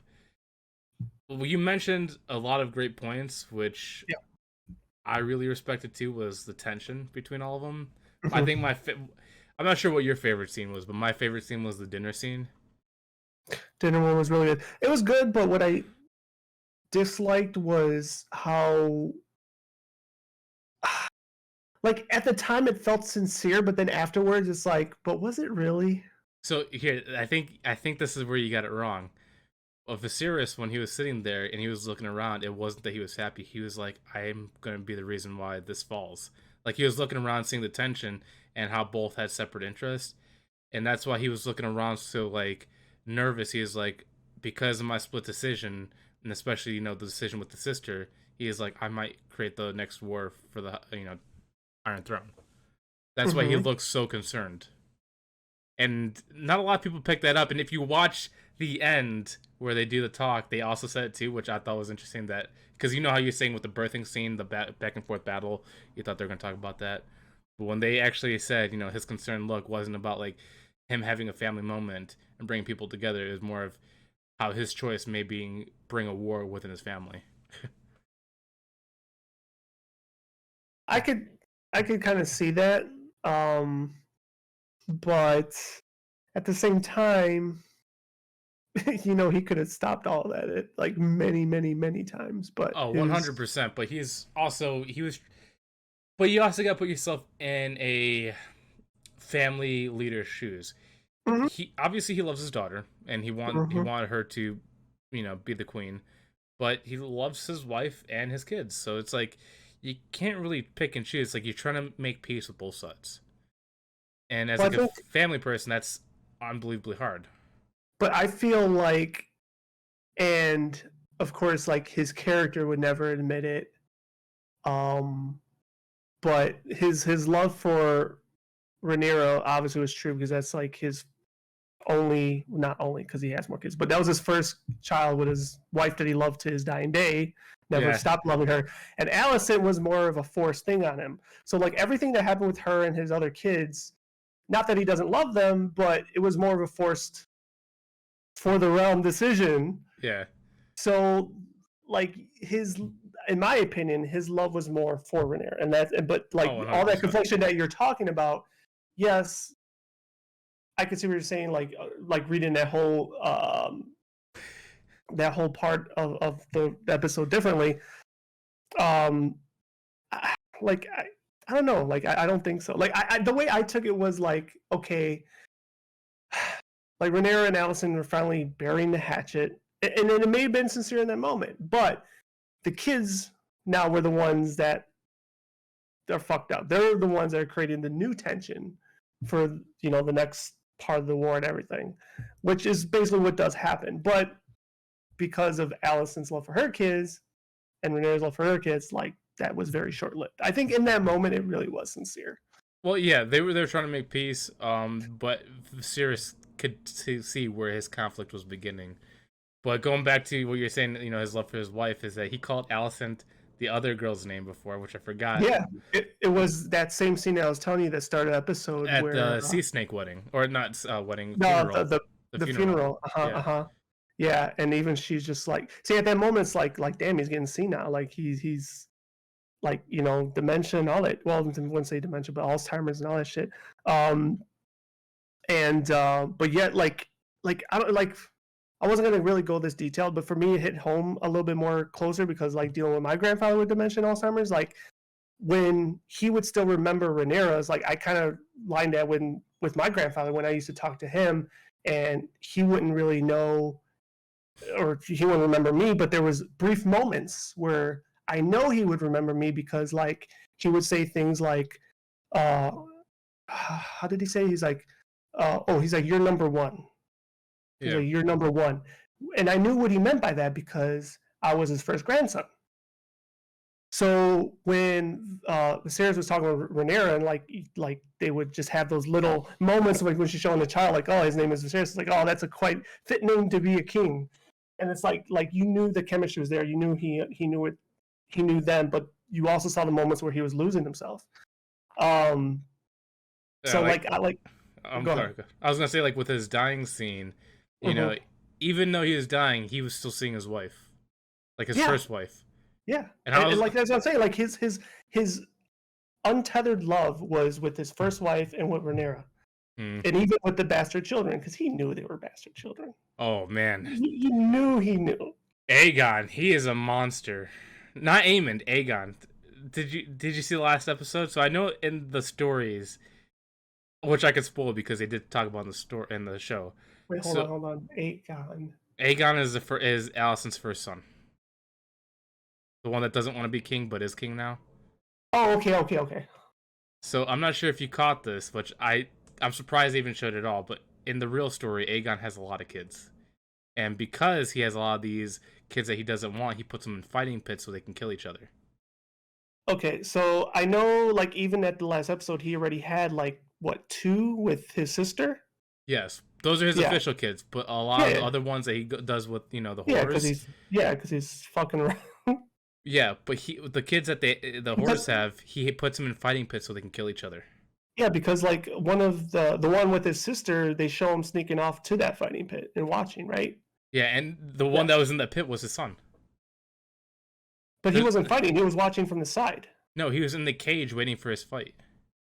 Oh, He, I didn't really take it that way. I thought he snuck just to watch because they showed the no, whole scene no, where he snuck away from the castle. no. You're thinking about Aegon. If you go watch that scene again, there's a kid in there with Targaryen hair, and that's Aegon's Yes, son.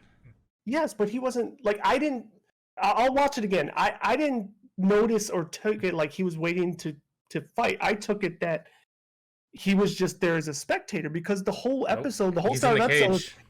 I understand he was like in a cage, but I didn't interpret it like he was waiting for his fight. Like they showed the whole scene of following him escaping the castle to go watch it, and even when they were trying to find him, the other knights or whatever, the guardsmen, They also talk they about his kids fighting too. huh? They also talk about his kids fighting too. The No, knights. well, I'll rewatch it because now you're making me need to rewatch it. But they pointed out like, hey, look, and they did mention like that's the son. The whole time I just took it like he was there watching because now Nope. he's getting fucked up because he's like enjoying this type of entertainment. He's there to die. Oh well, Like I said, but they all of didn't show Aemon's. that, so how was I supposed to know? Well, like I said, there's a lot of things in this story that they have Uh-huh. with kids. I don't know how Yeah, they could tell because it's just so awful. Like yeah. I mean, Aegon's kids, they purposely put his kids in fighting pits that weren't official so they can kill each other. And I'm like, yeah, that's the most brutal, messed up thing I could ever think of as like a parent to ever do to the kids. yeah. I mean, because like that whole, like I said, me watching that scene was yeah, a children's fighting pit, and they made them shave their thumbnails and toenails so they're File their sharp, so they could teeth. talk. Yeah, file all that shit. Um, and I took it like all those kids fighting were just like fucking homeless kids from King's Landing or whatever. They And were there to die. when they showed the sun, well, I know they're probably gonna die. What I'm saying was the participants were all just like poor ass kids from King's Landing that are doing it to make a buck for their family. That's the way I interpret it. And yes, the king's son was there, but I took it as he was just watching it, and he's getting fucked up in head from it. That was my interpretation of it as I was watching. Now you have the benefit of the book, so you know a lot more. But the way they put it in the show, and I don't know how you could disagree with me from the way I'm percepting it, is I wouldn't know the kid was dead because they just showed him like he was watching. Yeah, but to be Like he fair, was just a spectator, like in the shadows. like I said, I don't think they could ever show what they really do, like the horrible things they do to them. Yeah. But also, kind of backtracking a little bit, I need to know what the heck they were thinking with the casting choice for Aegon. Like, how do you go from the younger actor looking like more older than the older actor? Well, not only that, but how did he go from like skinny as shit to like husky? I don't know. Like seriously, like I don't know why I was thinking he started looking like this is probably a horrible comparison, but like the lead singer to Fall Out Boy or something like yeah, I thought that was like a lot of the castings looked good, except for that one. Yeah, Aegon does not look like how. Well, actually, I take that back. Aegon, his current actor, the one that's gonna play him going forward, actually looks like Aegon because he has like a softer face. But Aemon, man, whoever chose Aemon did a fantastic job because He the looks vicious as hell. well, also he molded himself to look like Daemon. Daemon is his idol because Yeah. seen how Daemon didn't take any crap from anybody. If Uh-huh. anybody bullied him, Daemon would get them back. And Aemon was like, I need part of that. I was bullied by my own siblings and cousins, and he was like, never again. So I thought they did a good choice with who they had as Aemon because both him and Daemon are, in my opinion, my two favorite characters of the show, just because of how vicious they were. And if Mhm. they were on the same side, no one would stop them. Yeah, they're pretty badass for sure. And let's go back to that, like that final scene before the dragon part. Like that was really good tension too for me, especially. And then I think that's another good reason why like I didn't read the books was like I don't know what's coming, and like because of the Game of Thrones history, like my whole time watching that scene was like, oh shit, Luke is gonna like get killed right there in the fucking in the king's throne room, and the king's like he's like no blood will be spilled here, take the shit outside, boys. And I was like, oh. But then I was like, nah, this ain't over. Because See, like I legit thought that the guards were gonna hold him, and like Aemon was just gonna like just cut him up, yeah, luckily like they right there in the throne room. they But showed the Baratheons' true characteristics of being fair, even though they're pretty much like barbarians. They're still mm-hmm, fair. Like he's like, no fighting in my court. This is fair. This is neutral. If you mm-hmm, do that outside, which I mm-hmm. appreciate. But I also love the fact that they had the maester come in and read the thing for him. I was just gonna bring it up next. That was like a great like just comedic moment without having to be over the top funny. It was just like I can't read this for me. Like that was just fantastic. Yeah, which I thought was hilarious because most of the most of the what's they called, some families can read because they're pretty educated, but Mm-hmm. for some like the Baratheons are more warrior based. So that's the reason why they don't care to read. Yeah, makes sense. So it's true to like the housing nature and what they're good at and what they're not good at. So But yeah. I wish I remember this part because I don't. You Mm-hmm. remember when Aemon and Luke were in the sky Okay. and Aemon or Vagar and whatever Luke's dragon was called, they're fighting, but the Raxus, I think is his name. yeah, something like that. Mm-hmm. But the riders didn't want to fight each other. They were just Aemon was there to scare Luke, but not kill him. But for some reason, Luke's dragon got scared and started fire blasting, and then Vagar had dementia and had Vietnam flashbacks. And I was like, okay, it's time to go, and ate Luke. And you can hear Aemon say, "No, don't pull Yeah. back." Yeah. Well, and then he realized that not that he himself fucked up, but the whole situation's fucked up, and now, yeah, no, that was a cool moment because like it that was like, dare I say, the only part that humanized him in a sense, Yeah. because like even before he lost his eye and everything, like he just came off. I mean, you had sympathy for him because he was the only one that didn't get a dragon. Which, by the way, I don't know why didn't he get a dragon egg. They So just didn't have enough eggs. no, they have enough eggs. So every Targaryen that's born is given an egg at birth, Correct. but that doesn't mean they're gonna hatch. Oh, And so his just they even say in never the had. show that they give it that they said that, but yeah, his just Okay, didn't I must have hatch missed that then. Okay, I must have missed that then. because every Um, dragon forms a connection with their rider. That's why they're correct. born. Yeah, but even that, and I don't know if you were eventually going to say this, and it's honestly I wouldn't have put together if I didn't see it on social media. But even that's almost like a fallacy because Aemon took that dragon, and some like Vagar was passed on from other people, and then and how they lost control of their dragons, and even though they're supposed to be like soul linked or whatever you want to call it, um, was I think a quote from Viserys from episode one saying that it's only a how can I put it, Targaryens being linked to their dragons or taming dragons is only like a mirage or whatever, that Well, they don't really actually control them. It's just like they look like they're being controlled, but they're not. so And then it kind of brought full circle to the last episode because look what happened. Like they never fully had control of them because you saw what happened. see, this is where it gets a little fuzzy because there is a connection between Targaryens and dragons with the Soul Link when they're born. If the dragon egg hatches with the new Targaryen, they have more control with each other because they're more in sync. But when a new rider takes over an old dragon, that sync isn't there because they weren't born with each other. Like Vagar is still loyal to its original rider, which is I forgot the original. It's Aegon's sister, the one that had Dark Sister of the Blade. Vagar is still loyal to her, but just accepts the other two as riders, but won't fully listen to them because they don't have that connection as the original rider. Yeah, but the first one to fuck up was actually Luke's dragon, not Vagar. Yeah, but let's be real. Luke's dragon also shared Luke's feelings too, which was nervous and want to attack back. Where'd But you get the attack back from? so as you can He see, was shitting bricks. He just wanted to get the fuck home. well, in the courtroom you could see Luke was originally going to bring out a sword to fight Aemon, but Correct, he but did it for decided his mom. Yeah. yes, but his dragon has that same mentality, and that's why the dragon threw the fire blast.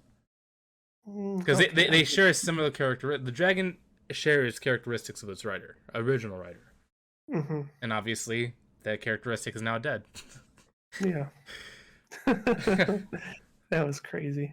But what was your favorite parts of the season, and what are your theories going forward? Because I still have theories, even though I know the story, because I would like to see what I would have wanted or what they could potentially do with the story version or the show version. I think overall, I'll probably have to at some point maybe even just watch the whole season again, and maybe my opinion might change. But I think overall, from beginning to end, episode wise, I want to say my favorite one was still probably the pilot, the first one, just because like it was just a well rounded, good episode and story, like from beginning to end. But best scene, oh fuck, man. I don't know, man. That's tough. That is tough. I don't know if I could pick a best scene right now. For me, it's definitely the There was a dinner lot. scene. But if I was gonna go battle scene, the Battle of the Crabs. There wasn't a minute. That was like the only battle. That's the only one you get to choose. Like Well, it's either that or the last dragon scene, which isn't really a battle. It was like a car chase that ended in one car eating another car. Seriously, there was no battles. That was the only battle. True. And even then, it wasn't a real battle. It was more like, hey, I'm gonna be a diversion, and y'all do some dragon stuff, and we'll win. So, because they're fighting savages, like, come on. Yeah, which I think is interesting that it's coming back up. But it makes sense though, and like and that's and I'm understanding of that because they let you know that from the first episode. They're like, there hasn't been war in whatever time frame. Nations have been at peace because of the kings that have been on the Iron Throne, and even when Christian Cole got his position, he was given this because he had an actual history of battles and wars, versus everybody else didn't because no one knew how to fight. And even Damon though, like with his battle, like he wasn't really, even though he's considered one of the best, but he's not like a fucking super warrior by any stretch of imagination. He just has a little bit more experience than everybody else out there. Yeah. So it kind of makes sense why there isn't much going on. I think if anything, probably the Sea Snakes got probably the most conditioned for battling than anybody. But they didn't show much of them. They're gonna show more later on, especially with their naval fleet. Like their basic, the Sea Snake is basically the equivalent of the Iron Fleet from Game of Thrones. Like that's how powerful they are. But it's funny, I totally forgot about Kristen Cole. Dude, that guy is the biggest hater of all time, dude. He was like, "I love you, Rhaenyra. I want to be with you." I don't want to be your whore. Yeah, but I'm not gonna be the side chick. And then after that happened, he was like, "All right, I'm gonna go with Allison. I'm gonna purposely screw your life over because I'm so angry." I'm like, "Bro, just move on, get someone else." Yeah, it's. But I think like not to like full go devil's advocate for him, but like I think his whole he was butthurt at first. Let's be honest. He was butthurt for his whole life. No, but I think the turn to Allison and like the evolution of, I think now it's more principle. Like it's still butthurt stuff, but like there's also a principle element involved. It's like, why should she be, one getting everything and she's doing nothing right? Like she's like, she said being a whore, but like seriously, like she's doing everything against the grain. So I will agree.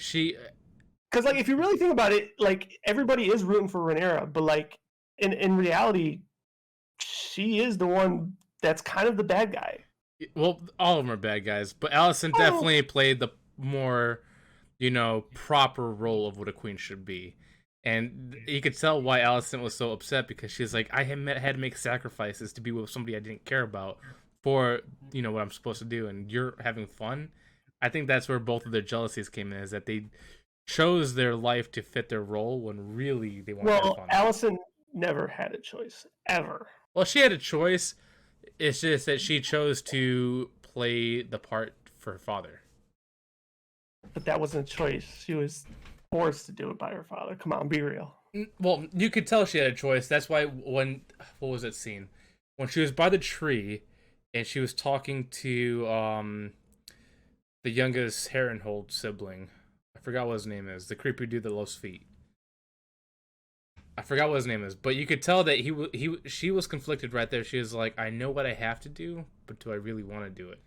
And then that guy convinced her to keep going forward. I'm still gonna say no. You could always argue everybody has a choice, 100%. I'm just saying her in her position, and also unfortunately being a woman in that environment, there was no choice.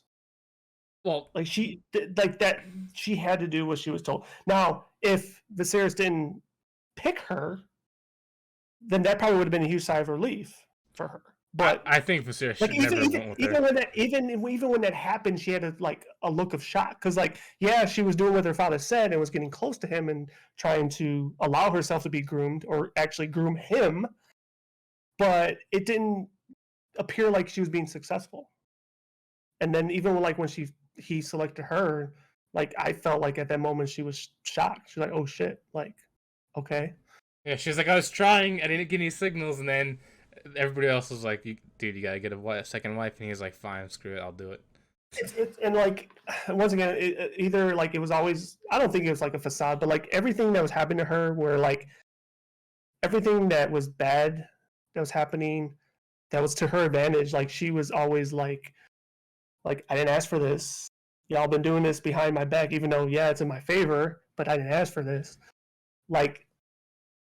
Kind of always showed there's good in her, right? Because especially after the moment where she was trying to do the eye for an eye for her son, which I think and every parent probably would do in the heat of the moment. 100%. And that was another pivotal scene. It was once again, it's Allison and her whole side is coming off as the bad guys, but Rhaenyra is really such a bitch in all of this.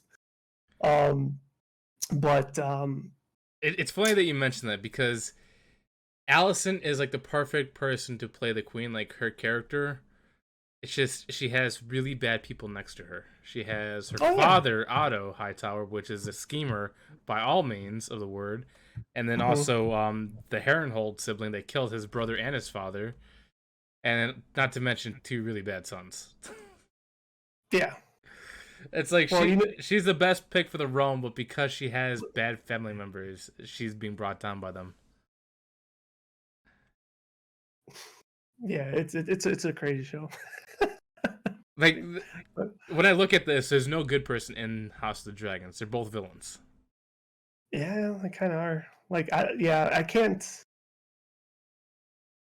I don't know if I know after episode 1 we're who are you more interested to see their story arc, and it was Daemon, and I guess in a way it still kind of is. He is the most I don't know, attractive character, so to speak.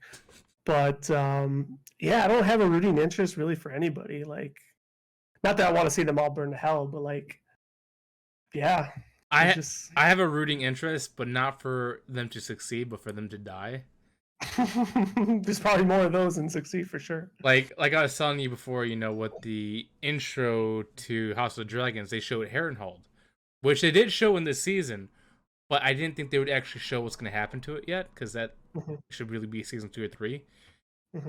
And I'm like, oh man, seeing that in the opening, I can't wait for them to bring that into the screen when they do, because if you really want to see a battle, that's going to be one of the battles. Harrenhal's going to be one of the biggest battles that they have, and it's going to make King's Landing Massacre look nothing. It's really going to be a really, really big thing. So, I do want to ask you something, since you know the books, and it can or will be a spoiler, maybe. So the Rhaenyra's fake husband, the gay guy, that they end up letting him, or creating that situation that lets him go free, but faked his death. Does he ever come back? I can't remember, but I think he doesn't. Like I said, I could be wrong, but I don't think he comes back. I think that was like his out from politics. Interesting. Because I thought that was, well, obviously when it happened, it was interesting. I'm like, oh, okay, like that showed a little good side from Rhaenyra, I guess, because the way they were presenting it was thinking like he was going to get killed, but Yeah. it didn't happen. But then when it did happen, like it just, once again, I guess Game of Thrones mentality is like, oh shit, this motherfucker's gonna come back later somehow, and he's gonna fuck up a lot more shit. Because like, I mean, if you think about it, like Rhaenyra's getting like his, what would that be, her aunt? Yeah, her aunt on her side, and all this stuff. But if he were to come back, like that would probably fuck up everything with the Valyrian and the sea snakes behind her back and everything. Like I don't know. That was just my thought. I think they could have handled that much better. I think they should have told both the parents what's going on because they would have been informed. But I guess maybe they're hoping for their grieving factor to be the authenticity part of it. But that was a horrible marriage, man. Like, how can you marry someone that's obviously gay to someone that's straight and expect kids to happen? Like, come on now. Well, I mean, when Kristen Cole killed his boyfriend, I thought after that point it was like, oh well, there goes that. Like that shit's done and gone. Or even if they still went through the marriage, which they did, I thought then after that point he was gonna have dirt like on Rhaenyra somehow. Like I thought that was gonna be more confliction, right? Like no, he was just a genuinely good guy that just played his part, but also wanted to love what he loved. Yeah, exactly. But I'm just like, you should have said that you weren't interested. But obviously, like you said, they had to play a part, so they had no choice. But I mean, who knows if it really genuinely happened? But allegedly, Rhaenyra claims that they actually did try. Oh, they definitely did. Yeah, it's just unfortunately you can only do so much with the noodle.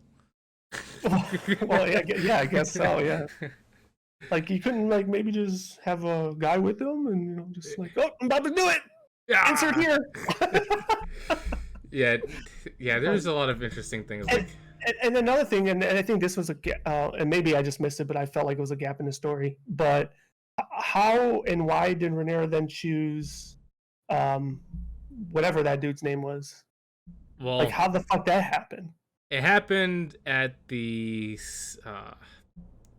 It was at the second jousting tournament, and she was the only one, or he was the only one talking to her as like a person. Like this is one of the Lannisters were hitting on her, and they were like, "This is more for power." And he came up and he was like, "Listen, I'm just trying to have fun," and that's kind of where their relationship blossomed. Oh, he was part of that scene when they're trying to get the favor. Yeah, he was the guy chopping the fur or rabbit or whatever. He was He was one of the hunters. All right. See, once again, maybe I got to rewatch it. He was an extreme background character. He didn't become main until after the time skip, but you can see him there because he talked to Rhaenyra when she was younger, and then you can see them looking at each other. No, that's not true because I talk to coworkers about this show every week. They told me, and I missed this too, but they told me that the what was that? That wasn't a dinner where Kristen Cole beat up his that guy's boyfriend. Yeah, and he picked her up and took her out. Yeah, exactly. Yeah, he picked her up, and that was like I thought that was the only interaction they had together. No, they had more. Oh, okay. But that episode that you're talking about is also the same episode where they had the jousting tournament.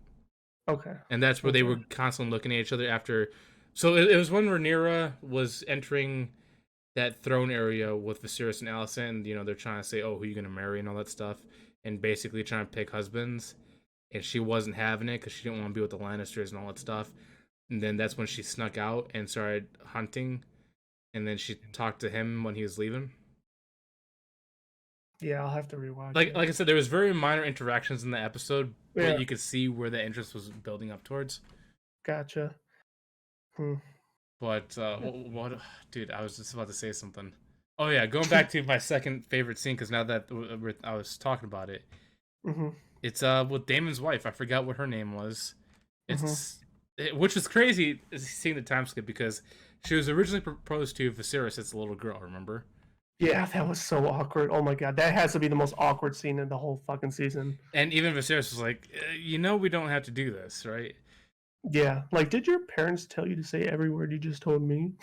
Yeah, and then Oh, that was so awkward. after that, you could obviously see that she went to Daemon instead. Hmm. But then having her die the way she did, with child labor and all that stuff, and her being burnt alive, you can see Daemon's face regretting what he did to Viserys when his wife died, because it's Hmm. basically the same thing. Same exact thing. Yeah. And he was like, Yeah. "This feels horrible." Yeah. Like, Yeah. And that's why I was like apropos because yeah, there was just so much of that going on through the season. So much of that going on.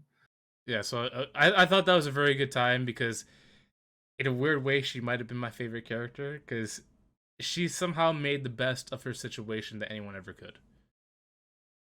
She was forced into her role, but instead of being sulky about it, she played it well. She raised two kids that she loved. She let Damon do her thing. She did her thing, but she also realized that that's her husband, and she was also supportive too. And I thought she was like the best, smartest character that we've only got for like 30 minutes. Yeah, that's true. But it's just her death, man, was so sad. It's like she wanted to really be a warrior, but she died giving birth. Yeah, not only that, but even Nagar was like, "What?" I'm like, you He's want to be like, burned? did like the dog to like, "Er?" And And it's like, I was like, fine. "Okay, you seem like you're in pain. Let But, me take it away." but before we move on to this, before Yep. we move on from this, do you have any ideas going forward? What's going to happen, or do you have any theories Um, that you would like to see happen? theory? No, I really don't. I'm being honest. Like I know different. I have expectations of different things because of like those little cartoon releases that HBO did that kind Mhm. of like hyped season one. So I watched all those, so that's why like I do know certain moments, but like everything in between, which is what the show provides, is what I don't know. Uh, I don't know. I will say this in closing. We didn't really talk about you. You did talk about your who you want to see. I think you said something about who you want to see fail the most. I definitely want to see Otto fucking die because that guy. Yeah, fuck him. He's going to be around for quite a bit longer, but his death is going to be funny. Oh, so it's gonna be like Tywin. Well, it's not going to be like Tywin's way because he's actually going to go on a battlefield, but yeah. Uh, but what I'm looking forward to, which might be tied to Otto, is the Red Priest. So there's been rumors that Elizabeth Olsen is going to be joining the cast for season 2, and we do know that the Red Priest play a role in House of Dragons as well because they have magic. And I can't wait to see those stories play out because I feel like they keep sidelining the magic aspect of Game of Yeah, Thrones. yeah, for sure. And that's what I like the most. So, but yeah, we spent a lot of time there, and we're only entering topic three.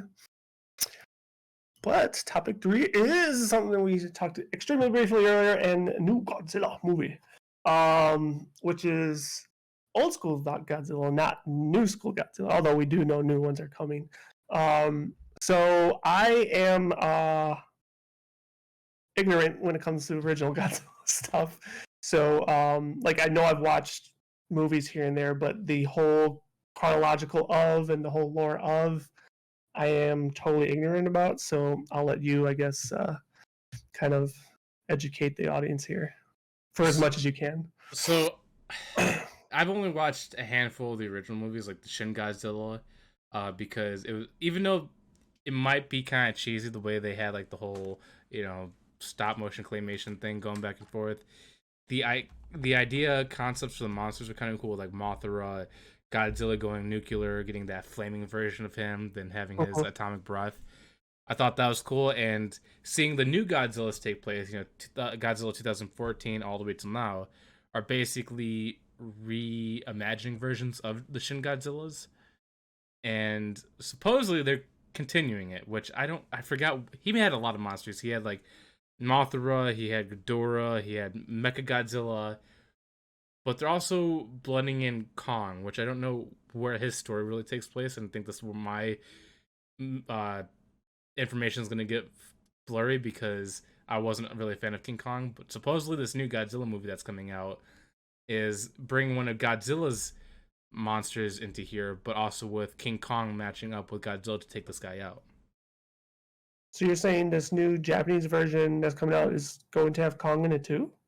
I think so. If not, they're gonna have another movie with Kong because I know Godzilla and Kong are gonna have a second sequel. Correct, but those are the American ones. This new Godzilla movie is the Japanese one. Oh, is it? I thought it was Yeah. part of the American one. No, no, no, no. This is a new Japanese Godzilla. So Lionsgate is working on this one too. I don't know if no, it's some other. I think it starts with a T or something. Toho. Oh, so Toho is another one that made Godzilla. So Shin and Toho are different. I have no idea about Toho's Godzilla. Yeah, that when you brought this up, and then I started doing very little research that I can as quickly as possible, because the news came out on Godzilla Day, which was recently. Yeah, this is a new Japanese Godzilla movie, not the American ones. I know American ones are coming, and everything you just said is true. They're supposed to have another Godzilla with Kong, and they take out some new. I don't know if it's gonna be a new monster or just another new monster from the franchise. Yes, that's all known. But So no, that this can, is a new Japanese Godzilla movie. That's so why I was like, oh shit, like I don't know anything about the Japanese one, so I thought maybe you did. so okay. Now that confused me because Lionsgate retweeted it too. So I thought this was part of their Well, American yeah, I one. mean, why wouldn't they retreat? It's fucking Godzilla. They do Godzilla, they do Godzilla. Like help each other out. Yeah, but I thought it was them making it, so that's why I was confused with the American one. So No. if I remember the Toho one, which is very, very little, because so far the only ones I remember is the animated version that they made for Netflix, Hmm. which is Godzilla Earth, which is just a remake of one of his original ones, where his Godzilla is like 3,000, or the biggest Godzilla, which is like 3,000 feet or so much, and there's not just one Godzilla, there's multiple Godzillas. Mm. So this one, okay, now I'm completely just in the dark on this one. I thought this was the American Okay. version. No, no, no. This is that's why it was I guess big news is because it's a new Japanese Godzilla film. I hope they have like an American release for. I mean, even if it's in Japanese, I'm fine because I read subtitles. But I need to go back and watch the originals because even though they might not be the best like viewing wise, Mhm. the story's kind of interesting with all the monsters they bring into it. Yeah, that's why I was like, because like I said, I did a little bit of reading or research, and like all that I was able to gather was it's a new Japanese Godzilla, and that's really all that's known. Like even the speculation is beginning. You mentioned Shin Godzilla. Like, is it going to take? Is it going to pick up that storyline, or is it just a brand new one, or is it not Shin Godzilla? Like that is all up in the air. There's like no information. So. So if I remember correctly, because like I said, there's only like two things I've really seen. Mhm. Toho also shares the Mutos as well.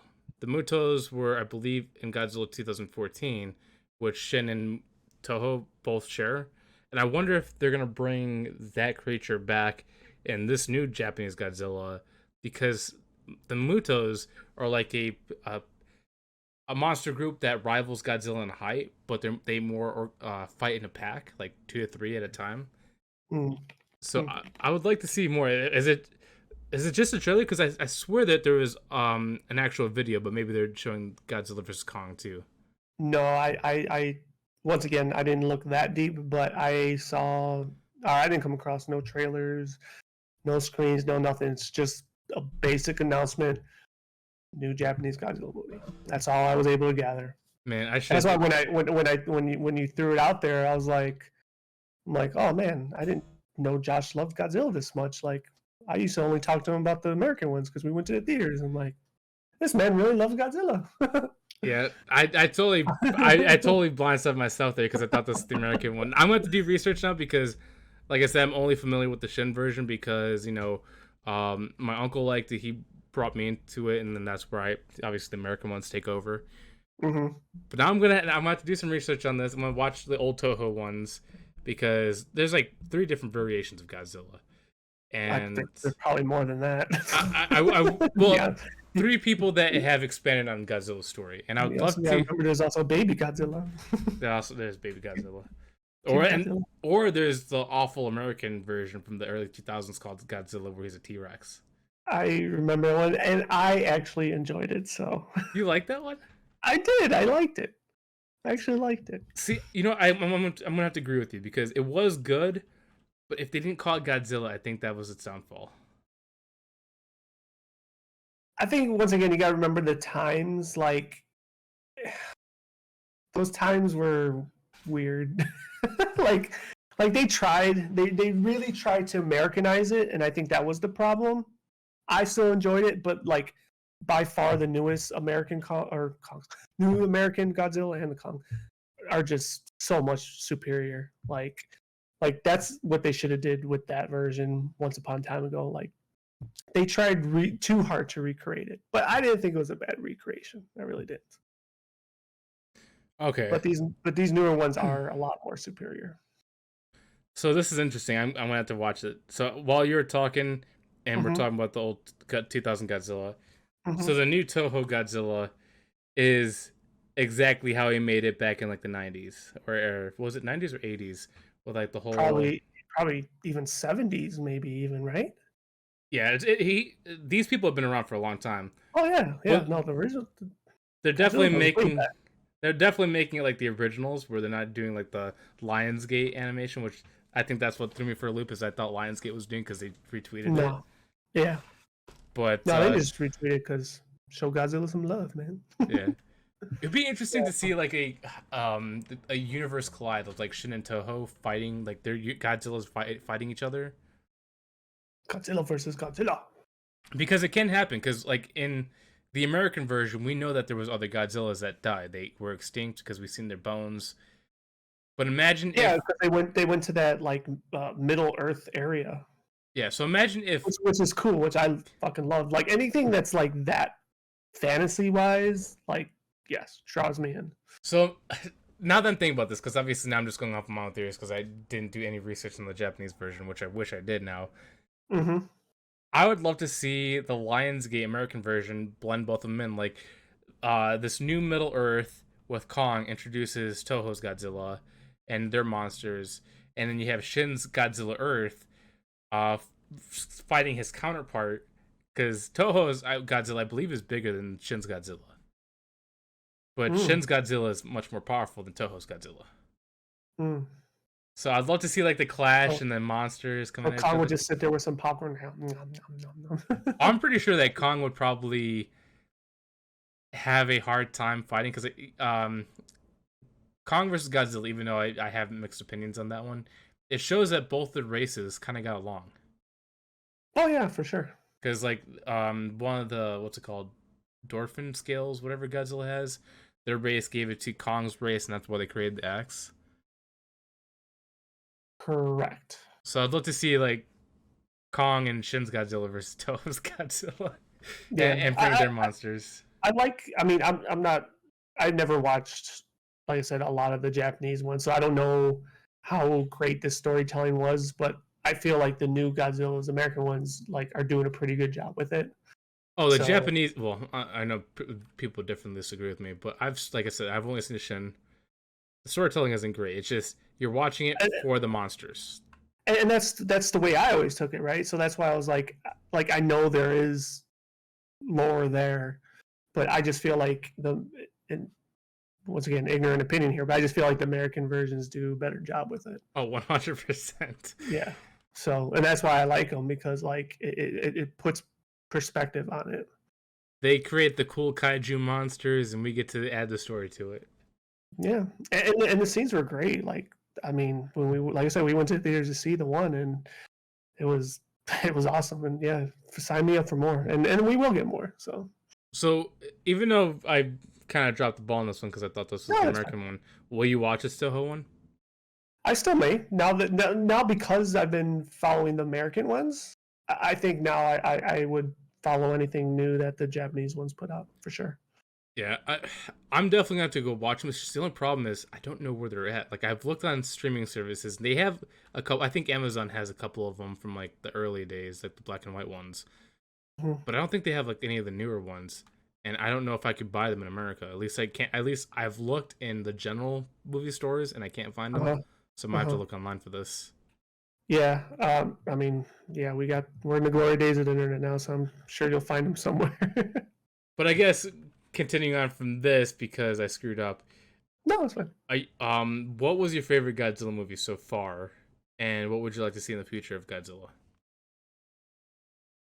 I mean, like I know you liked King of the Monsters better than Kong versus Godzilla. I kind of like them both equally. Um, but I definitely like how they've been integrating them all together and they're making it like one continuous storyline, and that they're going to keep that direction. So I don't really have expectations going forward because I just want to see more big ass monsters kick ass. I guess if I as I did mention briefly, and I will say, I would like to see more of that Middle Earth stuff because that just opens up the fantasy scale to wherever. Because like when they're filming everything on the regular Earth, like yeah, they got this history of the monsters and they did all this pretty good storytelling, but they're also limited to what they could do versus when they went to the Middle Earth, it's like this whole fantasy world, and it's like, oh, you're seeing these huge other weird ass monsters, and you can continue that pattern. So I think more time spent there would be better because you get a lot of more big monster fight scenes and ripping them up and eating them and all that shit. So My curiosity is, I wonder if they're going to do Mecha Ghidorah because they did Mecha Godzilla because they had Ghidorah's like spine or whatever. But they realistically, they would be able to do Mecha Ghidorah as well. correct, and they kind of, dare I say, hinted that at the end, right? Because they still had the one head, right? I think they had something. I know they had like the whole thing that kind of screwed up the guy that was inside of it because they had that telekinetic whatever ability. Mm-hmm. But I don't know if that's still operational because I think Godzilla fried it. No, but that doesn't mean they can't have another one Oh, somewhere. that's true. They could totally recreate it because I think there was two Yeah. heads that they salvaged at the end. Was it two? I know one for sure because they showed, right? Yeah, But yeah, that shit was. Oh, now you make me want to rewatch these again. it's funny. I think the part that I criticized about Godzilla vs Kong is exactly what the Japanese people probably loved about Godzilla vs Kong, because the battle scene in Tokyo Okay. where Kong and Godzilla were fighting each other, kind of like in that weird 2v2 style, or what? Sorry, 1v1 like Street Fighter style. That's Mhm. exactly how the Toho and Shin Yeah. Godzilla's used to be. Oh yeah. There And there was a ton of homage there. but because I got used to the American version, I think that's where I got upset. Where how the boat was the American version, but the Japanese Tokyo was more of the original, Mm-hmm, and I mm-hmm. think it threw me for a loop there. Yeah. So it's No, like I I can't I call myself enjoyed a it all the way. lover when I hated that scene. Yeah. No, I loved it. Like even though I never watched a lot, or obviously not all, but a lot of the Japanese Godzilla, like even I noticed that, and I was like, oh, this is just so awesome. But It's a classic. the combo though, the fighting in Godzilla versus Kong from Mecha Godzilla was hilarious because Godzilla was getting bodied. They're both getting Oh yeah. bodied, Oh yeah. and you could tell Godzilla was getting frustrated. He's like, I can beat this thing, but it's just so hard. The skin is hard. And then Godzilla was like, or King Kong was like, all right, if we put our powers together, we can beat this with friendship. And then they started beating that thing to a pulp. It's true. It's true. Like those dynamics are corny, but like it's necessary, right? Like, but like to your point, the way they got bodied and beaten, like it's just so much cooler to see in American versions than the Japanese versions because they just like get knocked back and you're seeing like a lot of more. I mean, you still got the building destruction in American ones, but like I don't know, it wasn't as cool. Like for me, for my money. I just love how they added humor to Godzilla. Like, in all three Yeah, Godzilla movies, for both of them though. Well, yeah, in all Godzilla movies, yeah, for sure. but like with Like Godzilla, they like gave them personality. yeah, because he would always do this, like looking away and then just stare at you, like all menacing, like he hates you. I will say this though, since we're obviously now talking about Godzilla, the whole the whole love interest with Godzilla and Mothra is just so bizarre. like it's It's so weird. It's funny, but like it's just so weird. I, so it's now that you mention it, because like I said, very little information. I think the love interest there is because they're like the balance to each other. Like Mothra is more of like the regenerative growth aspect of the monsters, while Godzilla is more of the protector. So it's like they almost go hand in hand in how life prospers, compared to the other Mhm. ones where it's just destruction and owning. Yeah. I think that's the only reason why, because Mothra I think also generates radiation that Godzilla loves. That would make sense. Because I believe Mothra absorbs the solar rays from the sun and Hmm. causing radiation to go over the planet because of the whatever the magnet thing is. And Godzilla's like, oh, give me more of that. I want to soak it up. I love that shit. All right. Well, yeah, look forward to more Godzilla. I'm sure the next installment's probably going to be here, hopefully in a year or so, Yeah. or at least we'll get information. Before we move on, who do you like more, Godzilla or Kong? Godzilla, for sure, I, for I, sure. I wish I loved Kong. It's just he doesn't interest me as much. No, like I think the reason for that though is because at least for the reason why I answer that way is because Godzilla has more of a history. Oh, 100%. Which is kind of weird that Kong only has Skull Island, and that's it. It's like Yeah, no one else gave any other story. yeah. Well, I mean, once again, the oldest original Kong version. I mean, it was just that and that's it, right? Like, I mean, eventually they did have an old school Kong versus Godzilla as well, but yeah, I mean, Godzilla just has a richer history versus Kong doesn't. All right, last question before we move on. What's your Sure. favorite out of like? What are your favorite movies in the whole series? Like mine is definitely King of Monsters and King Kong 2008 with Jack Black. The first one. Yeah, like I said, for me, it's a tie between King of Monsters and King or Kong versus Godzilla. Like, I would have to probably rewatch them both to say, okay, now it's this one over this one. But for me, they're kind of both equals right now. I enjoyed them both. All right, cool.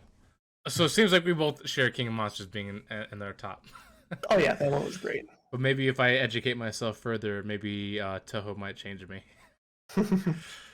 All right, so topic 4 is PlayStation VR2 prices. It costs more than a PS5. Yes. I don't remember or recall what the first VR costed in comparison when it first came out, and then in comparison to the PS4.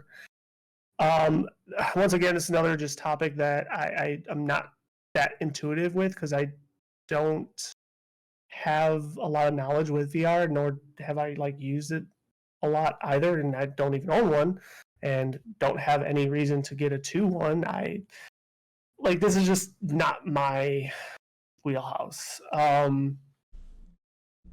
I don't know if the price is justifiable. I don't know what the upgrade is from the 2 to 1. I don't know anything. So the reason why I brought this up is for multiple reasons. Obviously, for the PSVR 2, Mm-hmm. the initial price is $499 if you do not get the bundle, and I believe $549 if you get the bundle, I thought it was $5.99, but or maybe you're right. $599. One of the two. I know that the base version is the same as the PS5, and then the bundled version is more than a PS5, and it's Mm-hmm. bundled with Horizon, whatever that game's called. Not Forbidden Mm-hmm. West, but whatever the VR version's called. Mm. I've been on the fence with VR. Like I have the Oculus Rift and I have the Oculus Quest. I think they're interesting devices, but they're cheap. They're like $200 to $300. Not they're cheaper compared to the PSVR 2. And the Okay. original PSVR, I believe, was $399 maximum with a bundle and $300 normal. I think you could probably buy it now for $240, which is still pretty expensive for an old VR headset. Mm-hmm. But I wonder why these supposedly from what I've researched, the reason why the PSVR 2 prices are so high is because it has 1080p screens, which is pretty high because I think they either do 720 or 480 whatever for each eye, and they just Okay. give you that immersive experience. But this one supposedly has 1080, and they figured out a way with stabilization to make you not feel, what's it called? What's the thing where you feel like you're on a boat? Like Motion sickness? motion sickness, yeah. 'Cause supposedly they did a lot of research according to them. on how to prevent motion sickness. So when people are wearing it, they don't get strain on their head, they don't get strain on their eyes, and they don't get motion sickness when they're moving around. Mm-hmm. So I think that's why it's more expensive. But I still feel like if PSVR 2 wants to succeed, it has to drop its price in, because $600 is a lot of money for a device that you don't have a lot of game support for. Yeah, well, that's one thing I was gonna say is like, what is supporting it, because like a resolution to me is not enough. Now the motion sickness thing, I mean, I never used like the other VRs to really notice that, or if it would happen to me. Like my very limited VR experience I've had, I didn't experience it. But then again, I never played a VR game at length as I would any other game, whether it's console or PC. So who's to say, 4 hours into VR, I probably would start feeling that way. Yeah, I mean, I don't know how you would justify price versus library versus the specs or anything. I really don't have an opinion on this. I can't even say, oh yeah, it is high. I don't fucking know. Like, I know everybody else is complaining about it, but realistically, like, I don't know, maybe it is justifiable. Like, the price is definitely very, very high. It's double the price of most VR headsets now, and Valve Index, I believe it's called, or Valve something. Their headset's probably considered like the premium headset right now, and that's like $400. And okay, the library is perspective. And the library is vast in that, like, you can use the Facebook VR games, you can use the Steam VR games. Like, it's not hindered by one platform. Okay. Well, that then definitely puts perspective, and I could say with that knowledge, then yes, it's high. But then yeah, I don't know what to say. I And really then don't. and then you also have cheaper products out there like the Oculus Quest 2. I think it's called the Quest 2, which is completely wireless. You just have to charge the headset, everything's Wi-Fi, the controls are Wi-Fi, everything. And that's like $200, and it's still a really good VR experience. And that's, I believe, only $200. So wait, this one's not wireless? I think there's a wire going from the headset to the PlayStation. I don't think it's wireless. But to be fair, wired gives you the better graphical experience compared to Wi-Fi or wireless. But obviously that's always a given case. But yeah, like the price, like even if it's 1080p with the vision, that's cool. There's not a lot of games that can support that, because most VR games don't run in that resolution. They run usually 720 minimum, because that's what they need, because it's just a lot of processing to move. Two, the very limited library, like the PSVR 2 is only limited to PlayStation, and the PlayStation doesn't have many VR games. Not many, and also not many good VR games too. I think the only good VR game they have is Beat Saber, arguably. So it's like, why buy a $600 headset that's limited to just the console that has very limited games you can play on it, when you can get cheaper options out there that has a much more expansive library that's not just limited to one system.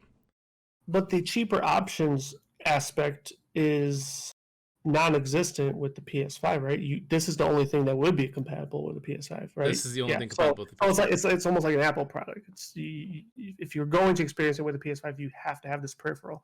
Yeah, but most VR games that are on the PS5 are also on Steam. No, I'm following you. I get that aspect. I'm just, doing weird comparisons right now. The only thing I could think of is, and I don't know if this really justifies the price once again, but if this is some preemptive thing for obviously the future, right? Future library, future use of XYZ, which I don't know about. I don't know if you know of any, even if there are rumors, but like without having that library and everything, like 100%, like this is just out of whack compared to based on just what you just told me right now. But unless there's something we don't know for future use, that has to be like, oh, I need this, which probably isn't going to be a case. But I mean, yeah, because I've never had any motivation to get a VR set for anything else. Like I think now, I don't know if it came out yet, but the only game that it'd still be a very hard sell to get VR would be for the VR Among Us game. like I think playing Among Us in VR would be fucking awesome. And you can get that on Quest. You don't have to get that on PlayStation. Well, and that's my point. There's the options, right? So it's like, but even before with just the PS4 VR, like I had no reason to get it. Like even like I love the Final Fantasy games. Like 15 had one little VR aspect to it, although it was just fishing, but it wasn't enough to just make me go out and buy a VR headset to fucking fish in a game. If Like, there's chocobo racing in VR, that would be the thing that okay, throws me off. okay, Chocobo racing might be a selling point though. But that would be Like, really hard to do. Like when you're riding on a chocobo and you're just like looking around, you're like, "Holy crap, motion sickness!" well, once again, if you, I don't think I would get motion sickness, but now that you brought that idea to my head, yes, I think I'd love to fucking ride a chocobo and just yeah, So that'd be cool. But I don't get motion sickness much, but there's a couple games in VR that will get like even if you have a really strong tolerance, it will mhm, give you motion sickness because the controls throw you off. Like your head will have free reign. That's not the problem. It's mhm. looking around with the controls that gives you the problem.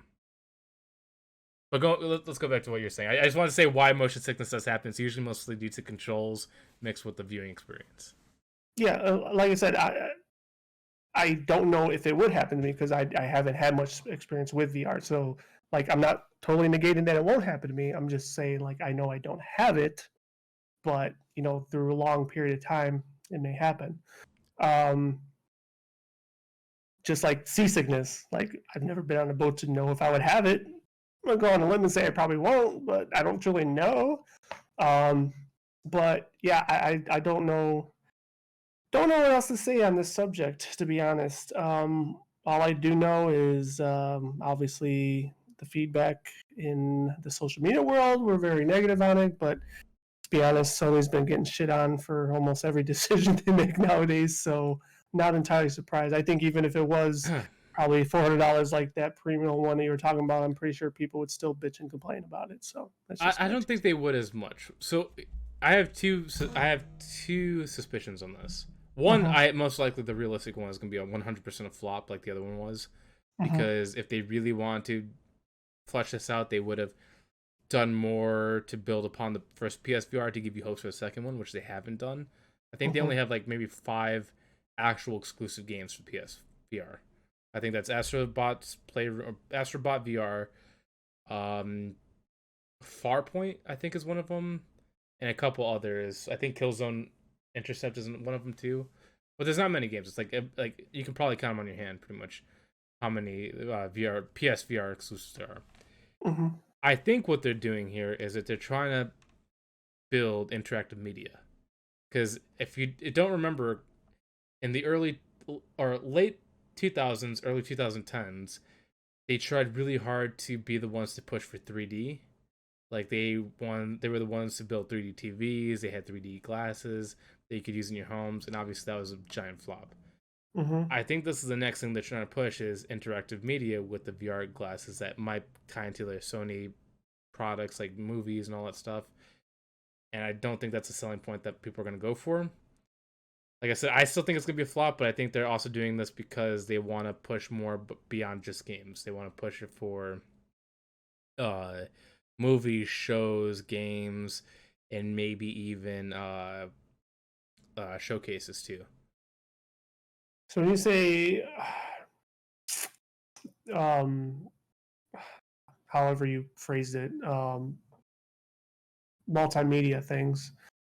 Like elaborate on that. Like, what do you mean? Like, I mean, I'm trying to find it hard to understand how that works. Like, I know in the past, and I think even present, they still have like like meeting spaces, right? Virtual meeting spaces where you could be put in a lobby with whatever X amount of other people, and you could have your avatar and just bullshit, which is kind of cool. Although we're doing the same thing without VR, right? I mean, we're having a Discord video chat. It's kind of the same approach, except you're not in a 3D space with that person, right? So, are you suggesting like you're taking that type of space and you're immersing yourself in the movie, Yeah, like in the live scene, in the live, like is that what you're talking about? that's what they want to do, and I they mean, have a form of that. that'd be pretty fucking cool if that could be pulled off. I'm just saying. It won't be like Ready Player One. I can tell you that. The technology isn't there for that. I mean, that wasn't really where my thought was going. I mean, I've already been put in virtual spaces where, like I said, you plug and play and put yourself anywhere in the world, almost like Google Earth, right? Just pop, bam, I'm in that space, and they throw ambient sounds. It's not live moving, but you're in that space, and it's breathtaking. Like for me, it was breathtaking. It was like, damn, this is fucking awesome.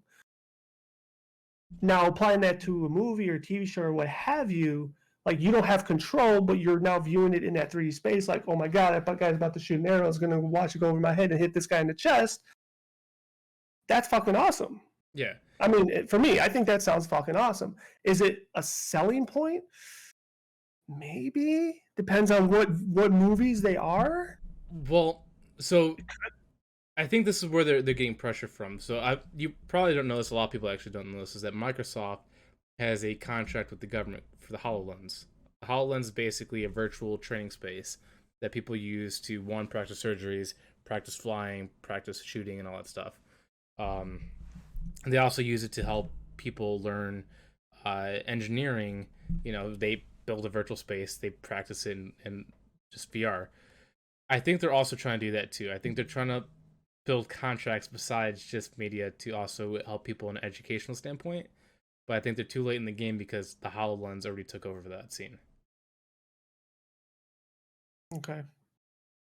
Like I said, the only thing, and I've said this before, and I don't want to go fully off the rails, is, and why it hasn't been done, is live sporting events.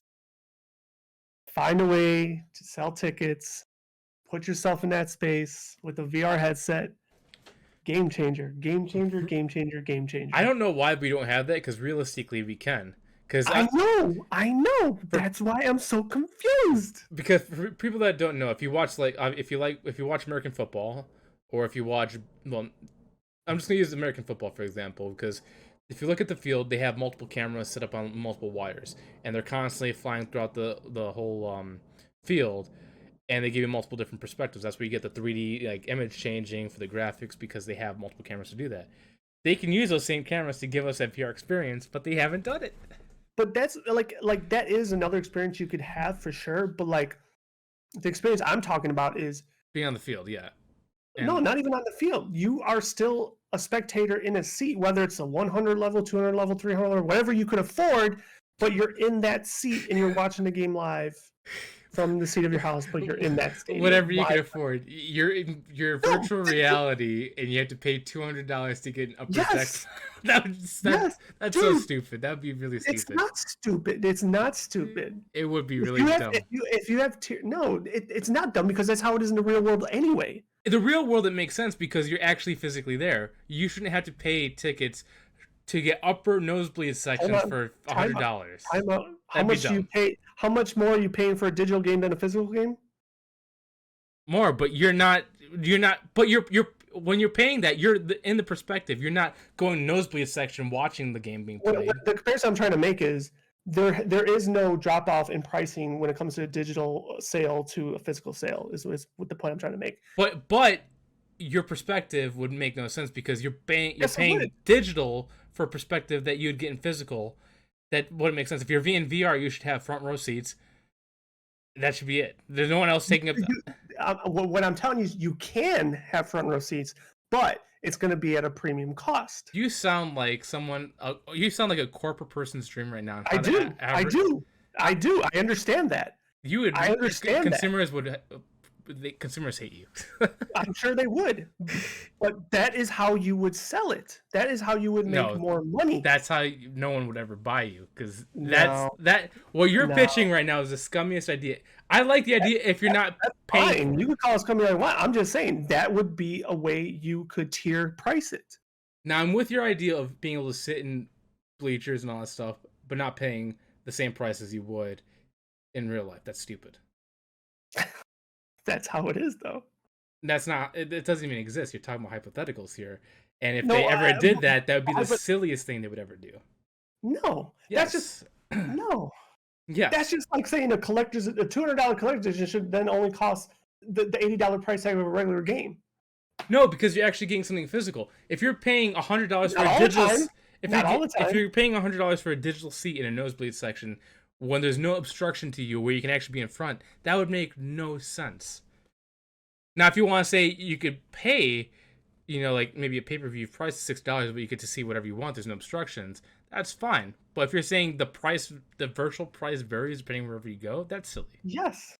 That's not silly. That is very silly. No, it's not. Okay. No, it is not. I wish we had more people to like pull this, because I bet you'd be in the major negatives here.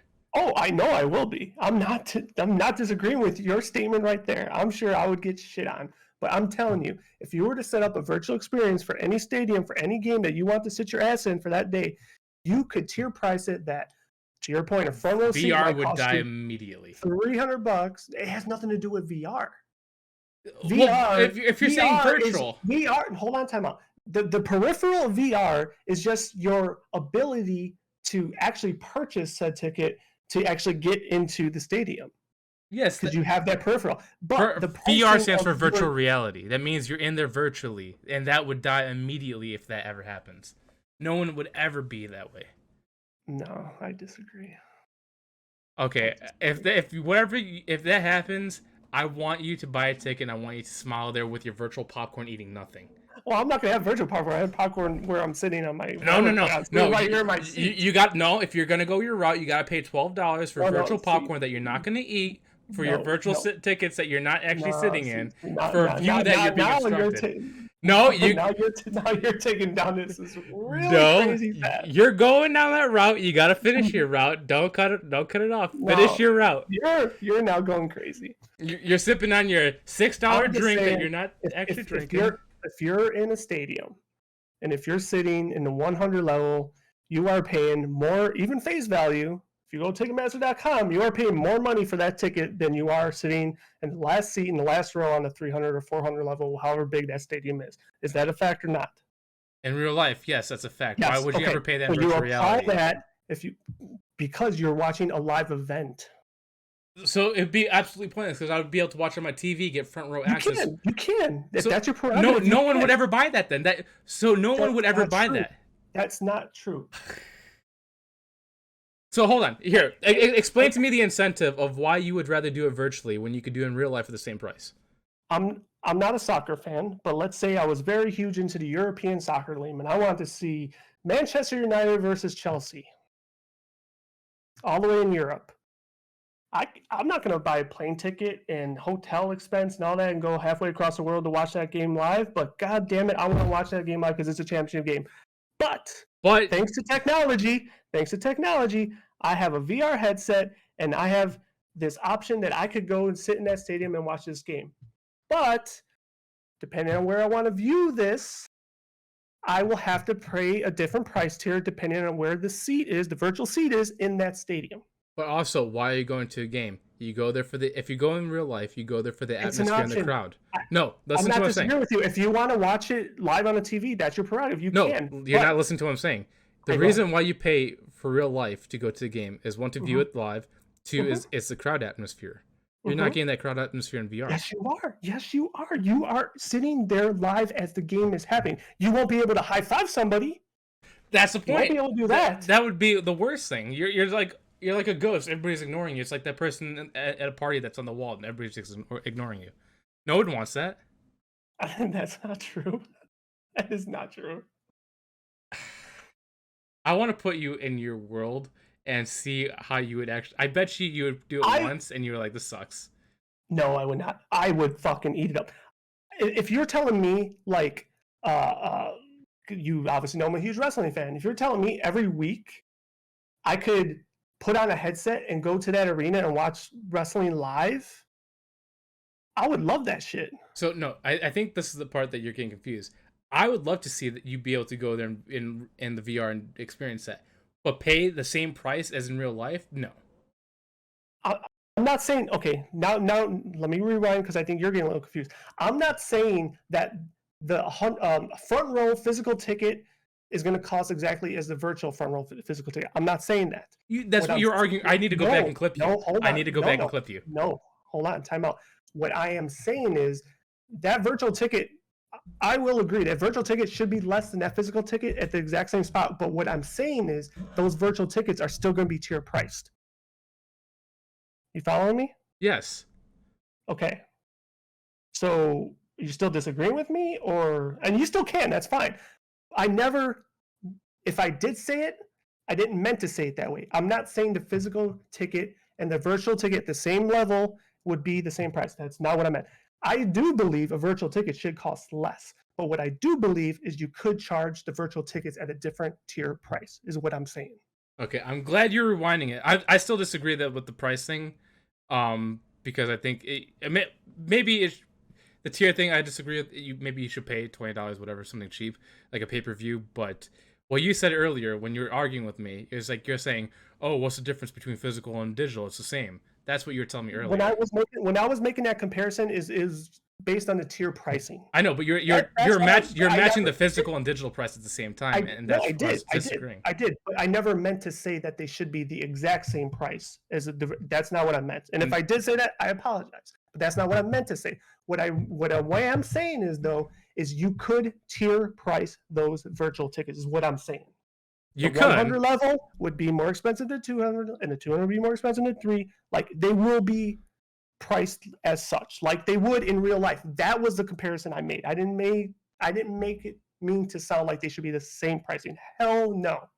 I wouldn't buy into it that way. I would agree with that. But what I will agree with is if I want to be in that stadium and watch that show or that whatever, hey, look, maybe because it's Madison Square Garden, I want to pay that premium to be courtside for a fucking NBA game. I don't fucking know. Let me experience that because it's going to be cheaper than doing it live. Physical live, I should say. But, hey, I've been to this stadium so many times. I want to sit all the way over there and pay $20. I'm going to pay $20. Okay. That's what I'm saying. So I'm still going to say I don't like it, but because you re-clarified, that way could work more than being actually competitive with the actual real tickets. Because the way you're selling it before sounded like the digital were going to be like the physical. No, I agree with you. That would never work. Like, that wouldn't make sense. That's what I was arguing about. No, but like, okay, like we both got really passionate right now. So like I said, if you want to rewind it and you could actually clip that I actually said it that way, so be it. I'll fall and die on that sword, but that is not how I meant for it to come out. So I can agree that if the prices are drastically increased, but still treat it like a pay-per-view viewing, like, you know, $60 or whatever, something cheaper, I could see that still being marketable. I'll give you that point, but if it ever goes to the point of being full price to the same as being in physical, that would never work. No, and I agree. Like that definitely would never work. But I do think dynamic pricing is something that could be done in that realm. Okay, so I think we could both agree that we would like to see interactive media happen that way. I think Correct. Our pricing still is in the debate side, but we would like to see viewing experience happen that way.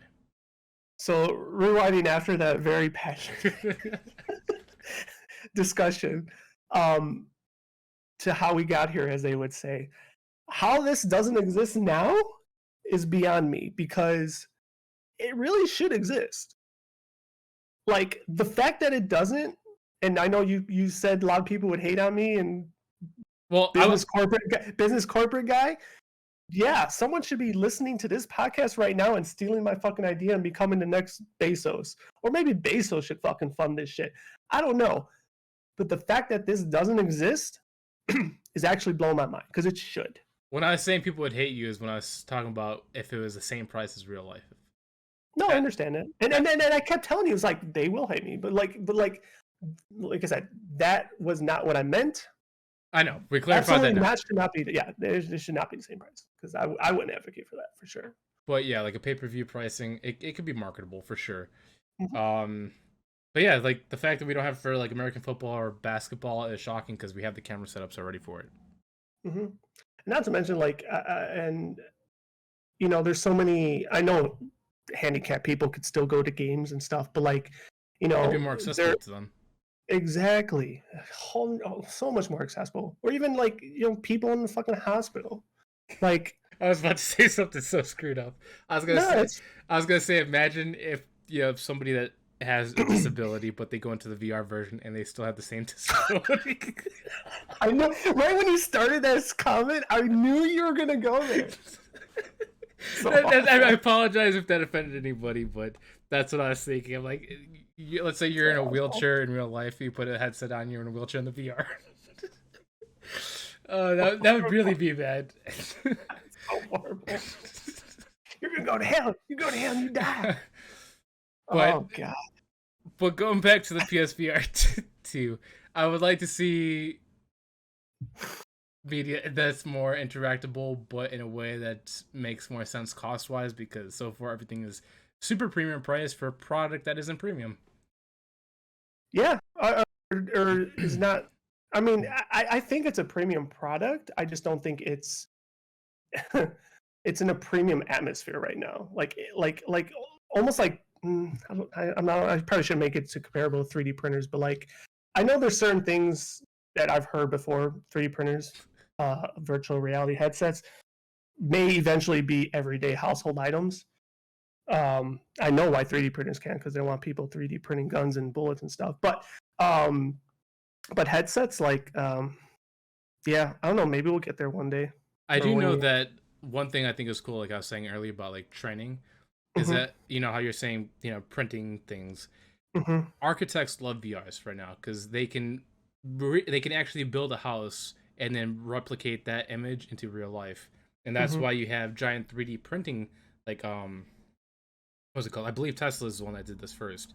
They have a giant machine that actually 3D prints buildings based off of VR constructions. Like they have actual 3D printed buildings now. Yeah, I didn't know about buildings. I know they've done like vehicles and different types of transportation, like boats and stuff right now, and like that.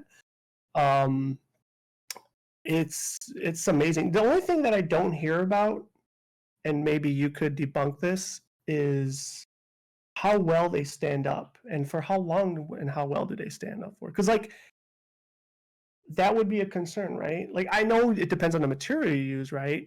But it's a fantastic concept, especially let's go back to the medical field for that example. They do it for prosthetics, right? Which is fucking awesome, or and just a missing piece for whatever that is that you have. Like it's so great, but what concerns me is how well does it hold up? So go ahead. Sorry. This is a very fair question because a lot of people have it too. Like the vehicles, I can't say for sure. All I know is for the building, they put a lot of effort into it because so what they did is they 3D constructed a mold for the frame of the building, and then what they did was within that mold they mixing concrete and something else, something to harden the concrete quicker so it can stack on top of each other. So they put the 3D mold on first, and then the machine that made the mold will put concrete on the side and spray it with something so it hardens while it goes into the mold to keep the structure keeping going upwards and stable. How will it be in the future? I do not know because we only started delving into this now, but so far it's sturdy, but for how long? That question is still remaining. And I think now that I start thinking about it a little bit more, like the buildings, I think the revelation with that and the hope was like to assist with like homelessness. They don't need big lavish buildings, they just need like little studios or whatever. And I think I did remember seeing an article about that once upon a time ago. Don't remember how long, but yeah, it's fantastic. Sometimes I wish some of these things would move faster, just so we could see how much good they can do and how it can change the world. But yeah, like realistically, like a house my size can be built with these 3D. Obviously, they're really expensive because the materials that they use are they have to make. But realistically, like a house like mine, they could build in like a week. Yeah, like that's how quick they're building them now. Like the building for Tesla, I think like maybe like 2 months to build, which is really quick for a building. So there's a lot of possibilities here. Like I said, the like the integrity of it holding up, that's still to be determined. But so far, structurally, it's feasible. Yeah. Cool beans. All right, so I can't believe we got into a sporting debate for VR. I mean, because I've had that idea for a long time now. I would love to see it for And, fighting. and when I first thought about it, like it made me feel giddy because like I just know it like because we just said it should be happening now. Like but I keep thinking like, oh, maybe there's some in the future, I don't know. And who knows? Like I said, maybe those big corporations have done studies and maybe their the valuation was it's not worth it. I don't know. I beg to differ. To be fair, I think the reason why it hasn't been done yet is because there's not enough devices sold to support the revenue. Because, like, let's be honest, even though VR has a interesting concept, there's not a lot of people that have bought into it.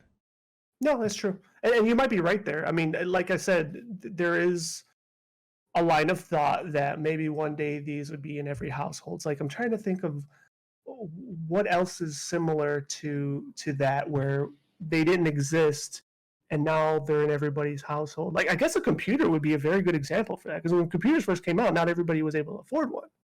Now every household probably does have at least one, if not multiple ones. Well, look at like TVs. Like, you can buy a 60-inch TV, flat screen, 4K for $300, when before that would cost you close to $10,000. Yeah, but that's new age TVs. But then TVs have been out for a while now. I'm talking about like kind of newer technology, I guess. Yeah, well, same thing with phones too. Like phones, they used Phones to is another good example. Like grammar school kids now fucking have phones. Like I didn't get my first phone until I think I was in college. Like I didn't have a phone through high school. So yeah, that's another good example. Like phones, like everybody has a phone. Like landlines. I mean, I know there are some people that still have landlines, but I know that doesn't exist that much anymore. So I know you aren't. I'm sorry, go ahead.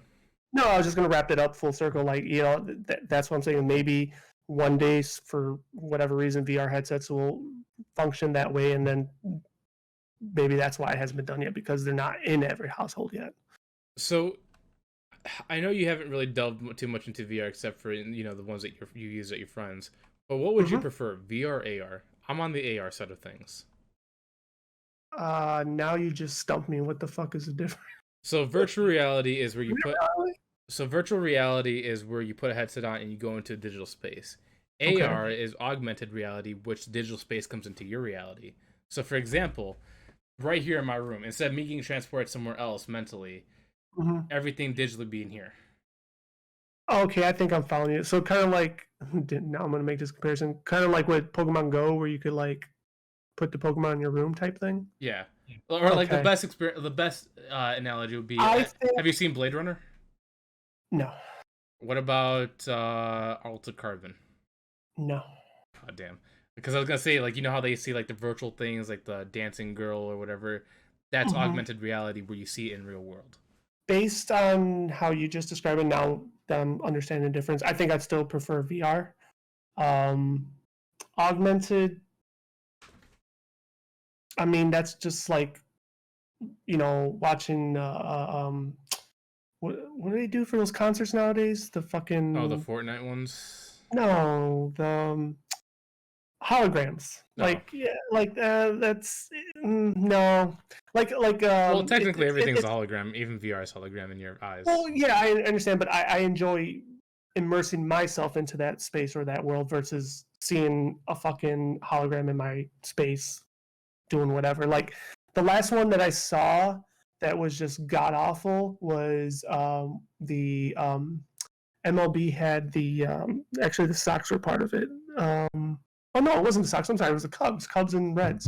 They had that Iowa game, and they had a hologram of Harry Carey doing the 17th stretch. It was fucking creepy and it was awful. So yeah, no AR, no, thank you. Here, this is the thing. As I think both of them are going to go hand in hand. I think you can't have one without the other. Because I think VR is better for a viewing experience if you're watching like a sporting game or entertainment.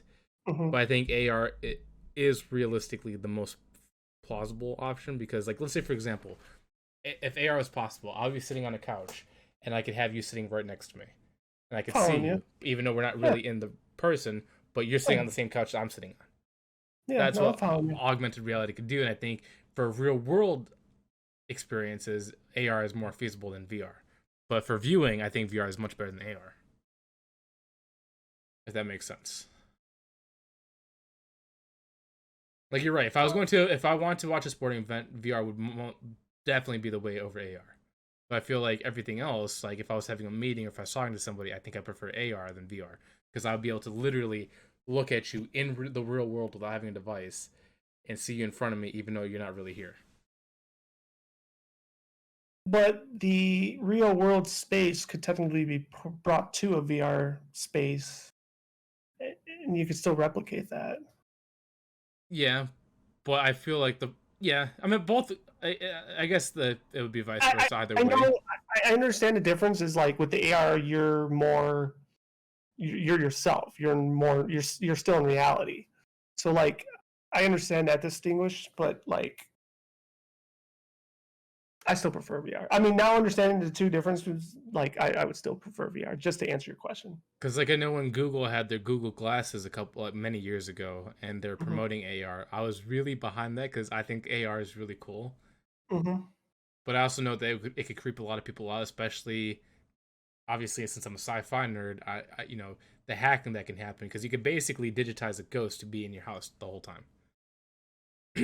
Not only that, but I mean, VR could get hacked too. I mean, Yeah, I mean, there's obviously scary options with everything, but like mm-hmm. I think it was like a Black Mirror episode, but there was AR happening, and basically what was happening is like somebody hacked their device or they were banned for something, so they couldn't see anyone. Like everyone was blacked out for them, and all they could see was just silhouettes.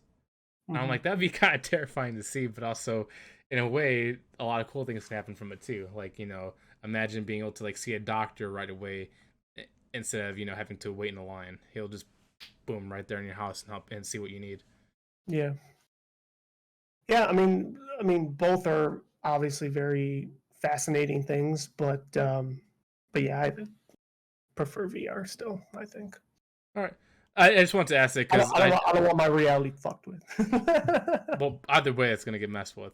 But Probably. I just wanted to ask that question because I've always leaned AR towards VR, but realistically, they go hand in hand with each other. But I just wanted to hear Mm-hmm. other people's opinions on that. So moving on to number 2 Number two. or number 5. Two. Yeah, number five. Um, Twitter's new owner, Elon Musk, and verification dollars, which is now $8. Um, I don't know, but I feel like this is the downfall of Twitter. I actually feel like it's the I, opposite. I, I don't know. Like, I don't think so. Or you So, why do you believe that? so here, this is two things. So Elon Musk just recently bought Twitter, and there's this new turnover happening. Obviously, even though political opinions aside, the people originally at Twitter were using their power and using a certain side, and they're currently reaping their consequences, which I Mm-hmm. feel like they shouldn't necessarily get fired. I feel like there should be like a time period where they could allow to adapt to be fair to everyone. That's Mm-hmm. my opinion. Instead of firing 37,000 people, or not 37,000, 3,700 people, but that's just me. But with this new change, there's an $8 verification process, which I'm a fan of if they allow two things. One, $8 for corporations is not much. That's $240. My math is horrible here, but maybe it's $240 a year. Somebody can check me on that, whatever. That's not a lot for a corporation. Even if you're an independent business, it's an investment. Correct. Um, which realistically isn't much because the way to get verification was two ways. One, you had to pay thousands of dollars, multiple thousands of dollars, to a company to help get you verified, or two, you were discovered by independent means from the company to get you verified, but mostly it was due to a third party you had to pay to get verified, which is, in my opinion, absurd because verification, the original reason for verification was to verify that you are the owner of that account, nothing else. So Okay. having $8 a month is more realistic because that means anybody could verify their account, and it just means that you're the owner of that account. That's it, nothing else. And if they integrate that with the feature that they already had, which was Twitter Blue, which is now $4 a month, where it gives you added features like an edit button, 10-minute uploads, 1080p, all that stuff, and they tie that with the $8 verification process, I think that makes more sense. It adds an added sense of security, which realistically is needed because there's a lot of bots on Twitter. Like this was one of the reasons why Elon Musk, love him, hate him, whatever. There's a reason why he did a court process for this because he was going to back out because most of Twitter is bots. If you Yeah, I think the first real day he took over, they did a purge. yeah, I don't know what that number value was, but I believe I read that. The whole old verification versus new, what you described, I didn't hear or know it to be that way.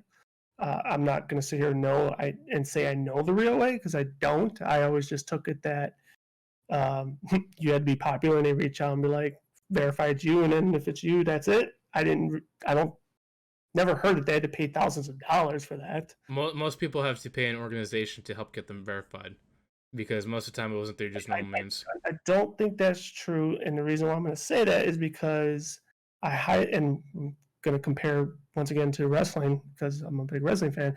But there's a lot of wrestlers I see that get their stuff verified, and they're like in the indies. Well, and they're also I highly doubt they're paying thousands of dollars just to get verified. I'm just throwing that out. well, they're also with an organization that pays them money. They're not.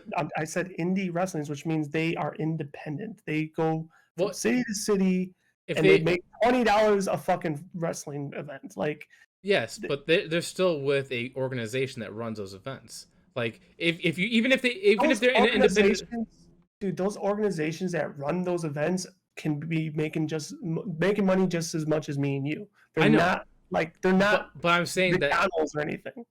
But what I'm saying is that they're acted as a business, and that business can reach out to another business to help get them verified. That's usually what they do. That's what independent people do. That's, for example, like there used to be. Obviously, this might not be the best comparison because this is for YouTube compared to Twitter. But for YouTubers, when they wanted to get partnered, they would go through third-party people like Machinima, and they pay them money in contracts to get partnered. Twitter, obviously, like I said, it's not always this way because there's people that can actually get discovered by Twitter and they can get verified for free. But not everybody gets verified for free by Twitter. They usually pay a corporation that has ties with Twitter to get verified. Like I said, not everybody pays, but there's a good majority of organizations that do pay to get verified. I'm not disagreeing. I'm sure there's organizations that do it, but I also feel like there's a lot of organizations that don't pay a damn lick because they're just that. They're major organizations that like, yeah, we know McDonald's exists. If McDonald's corporate's telling us that this is their account name that's official, we're just going to flag it verified. I think the ones that are paying that you're talking about are like those middle ground people that like really want it, but they're not that popular enough, but they're not that, what I'm saying? Like, I'm sure it exists. I'm not poo-pooing it, but I'm just saying, like, I know that there's a lot of people that have blue check marks that were not paying a fucking dollar to get verified, that they got it based on their own, popularity. Now, what that process is I don't know. I was comparing it similar to Twitch's, was it partner? Like you reach a certain point based on how popular you are, and then you sign up, and then you hope for the best. That's how I thought it was. But once again, I could be incredibly wrong. But I want to bury the old way, and let's continue to talk about the new way. I mean, there's really a bunch of people that do have the check mark that says they ain't paying a damn dime. I don't think they're really going to get their pockets hurt. I think where you might see a lot of people, or where they're going to make their money, are, I'm not getting it, I'm not paying for it, but the people that are at our level that can't get it because they're not popular, but they want it. I think there will be a lot of people like that succumb to it, and whatever. But that's their choice, though. No, that's what I'm saying. That's their prerogative. But because I know it's going to be tied to advertisers now, so if you do pay, you're not going to, or at least see less. I don't think they're all going to go away because they got to still make their money somehow. And I know I was reading it, so I didn't get every single bullet point, but there's obviously the perks, right? They're going to make Twitter more. I feel like Twitter, without paying $80, is going to turn into Facebook the way it is for me right now, where it is just nothing but advertising. Like, I can't stand Facebook. I think based on this new change, I might just get rid of social media across the board. Finally. Well, see, this is where I'm going to disagree, because one, I'm going to take the shiesty approach in here, because before Twitter is free. No one had to pay for Twitter unless we wanted to pay for Twitter Blue for added features. I don't think they're going to add advertisements to it unless you watch like a video or whatever. Like, it won't. Your page won't be littered with ads unless if you follow ads. but I think this will actually secure it more, so you have better features, more access to articles that you want. Like, you basically cater what you need, and you get everything you want. Because, like, if you look at Twitter now, you can look at your feed, and it'll be either people you follow or people you follow. People's follows. Like, if you follow somebody Correct. and they follow somebody, that's what you get. Hmm. Like right now, like, because I follow Marvel Snap, I see an ad. But if I go a little down, I see different articles or stories that aren't, just videos. You're gonna Hmm. get that, but Yeah. you'll be able to customize that more if you have verification Twitter Blue. Yeah. I mean, I guess we're just gonna wait and really see how the dust settles with this and see how more clouded it actually gets. I guess I'm immediately thinking the worst. I'm thinking the Uh, best because at least no. Well, I'm hoping that no one gets you're censored. thinking the best if you pay for it. No, I'm thinking the best overall for two reasons. One, I hope this is what Elon Musk does with his new staffing. I hope he keeps it fair to all. Whatever your political opinions, views, whatever, I hope he keeps it fair. If he censors one side, he has to censor the other. He needs to keep it fair because Twitter was completely leaning one side, and that's a fact. Because I've been censored for saying stuff that was middle ground. Hmm. And I hope that his takeover makes it more fair for all. Two, I hope it cleans up the Well, bots. well, to clear that up, another stat. Once again, don't know what's factual or not, but allegedly the N word was used like X amount of times more in the moment he took over because, like you said, they're doing less censoring, and I think Trump got his account back as well. So, Yeah, but if like, obviously this is opinions, but mhm. if you ban Trump, you would have to ban many other politicians, and the fact that they didn't means it was completely unfair. No, I'm not disagreeing with it, and I'm not. I'm just saying, like, to your point, I'm kind of supporting your point here. Is that like he has been making fair, but of course you have a lot of people that Well, abuse are, it. well, not only that, but I was saying you have a lot of people that are now outcrying about like how dare you let him get it back, and how dare you let the uprising of this word and anti-Semitism and all this shit. And I mean, free speech is dangerous, but it's also free speech, right? The one thing people Like need to understand about free speech is you can say whatever you want, but it doesn't mean freedom of consequences. exactly. So that's the point I was gonna get to, but you just very much shortened it out for me. You allow it all to exist. It's free speech, right? That's what you're advocating for, so you allow it all to exist. But freedom of consequences does not. So if you want to go out there and be a racist son of a bitch, go right ahead, but you're going to get the backlash of it, or you might even get, we're not going to cancel you, but the whole world will probably cancel you. So good luck. Yeah, and plus, like I think with this method, even though you might see more things, it'll let people kind of see who you really are, and I think Exactly. that's the most important thing. Because I'm gonna be here. I'm gonna be real here. I downloaded Truth because I want to explore all social media to see what was growing. People that were censored on Twitter went to Truth, and the things they would say on Truth were things that were horrible. I feel like when you censor somebody, all their hatred just gets amplified to 10, and they'll keep going at it because they're being suppressed. If you don't suppress them, you see what they are, and you could ignore them like a child. But when you suppress them, it gives them a reason to be as angry as they are, and find other people that are just as angry as them to talk about that and just keep building themselves up with these echo chambers. Just Mm-hmm. like there's people on Twitter that don't get suppressed, and they have their little bubbles that they get to amplify themselves up, and when they see likes, they're like, oh, this must be the right way because I'm getting people liking my stuff. And I feel like with this freedom of speech, it'll decrease these echo bubbles so people can actually get a real world view of what people are really doing. Mm-hmm. But No. with this verification thing, I think it's a good thing because originally it was supposed to be to verify who the account holder is. It wasn't Right. meant to be like a celebrity checkmark. Mm-hmm. And but Facebook's the one that started that, and it kind of took away its original meaning. This one, I think it'll give everybody an equal chance, and also the original price was $20. Elon said, "Okay, Well, $20 is a little too much. we Let's don't know start." if that was the original price. I think he was just land blasting everywhere. Like, oh yeah, it's going to be $20. Like I don't think there's really any merit to $20.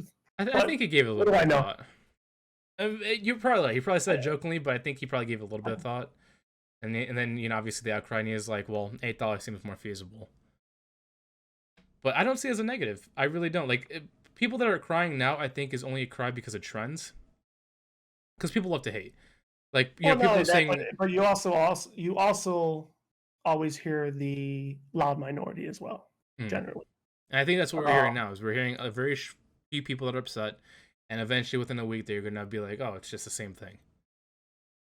I think a lot of it too, like the loud minority in this case, really are the people that have it, right? Because they're about to basically lose something that they thought was prestigious.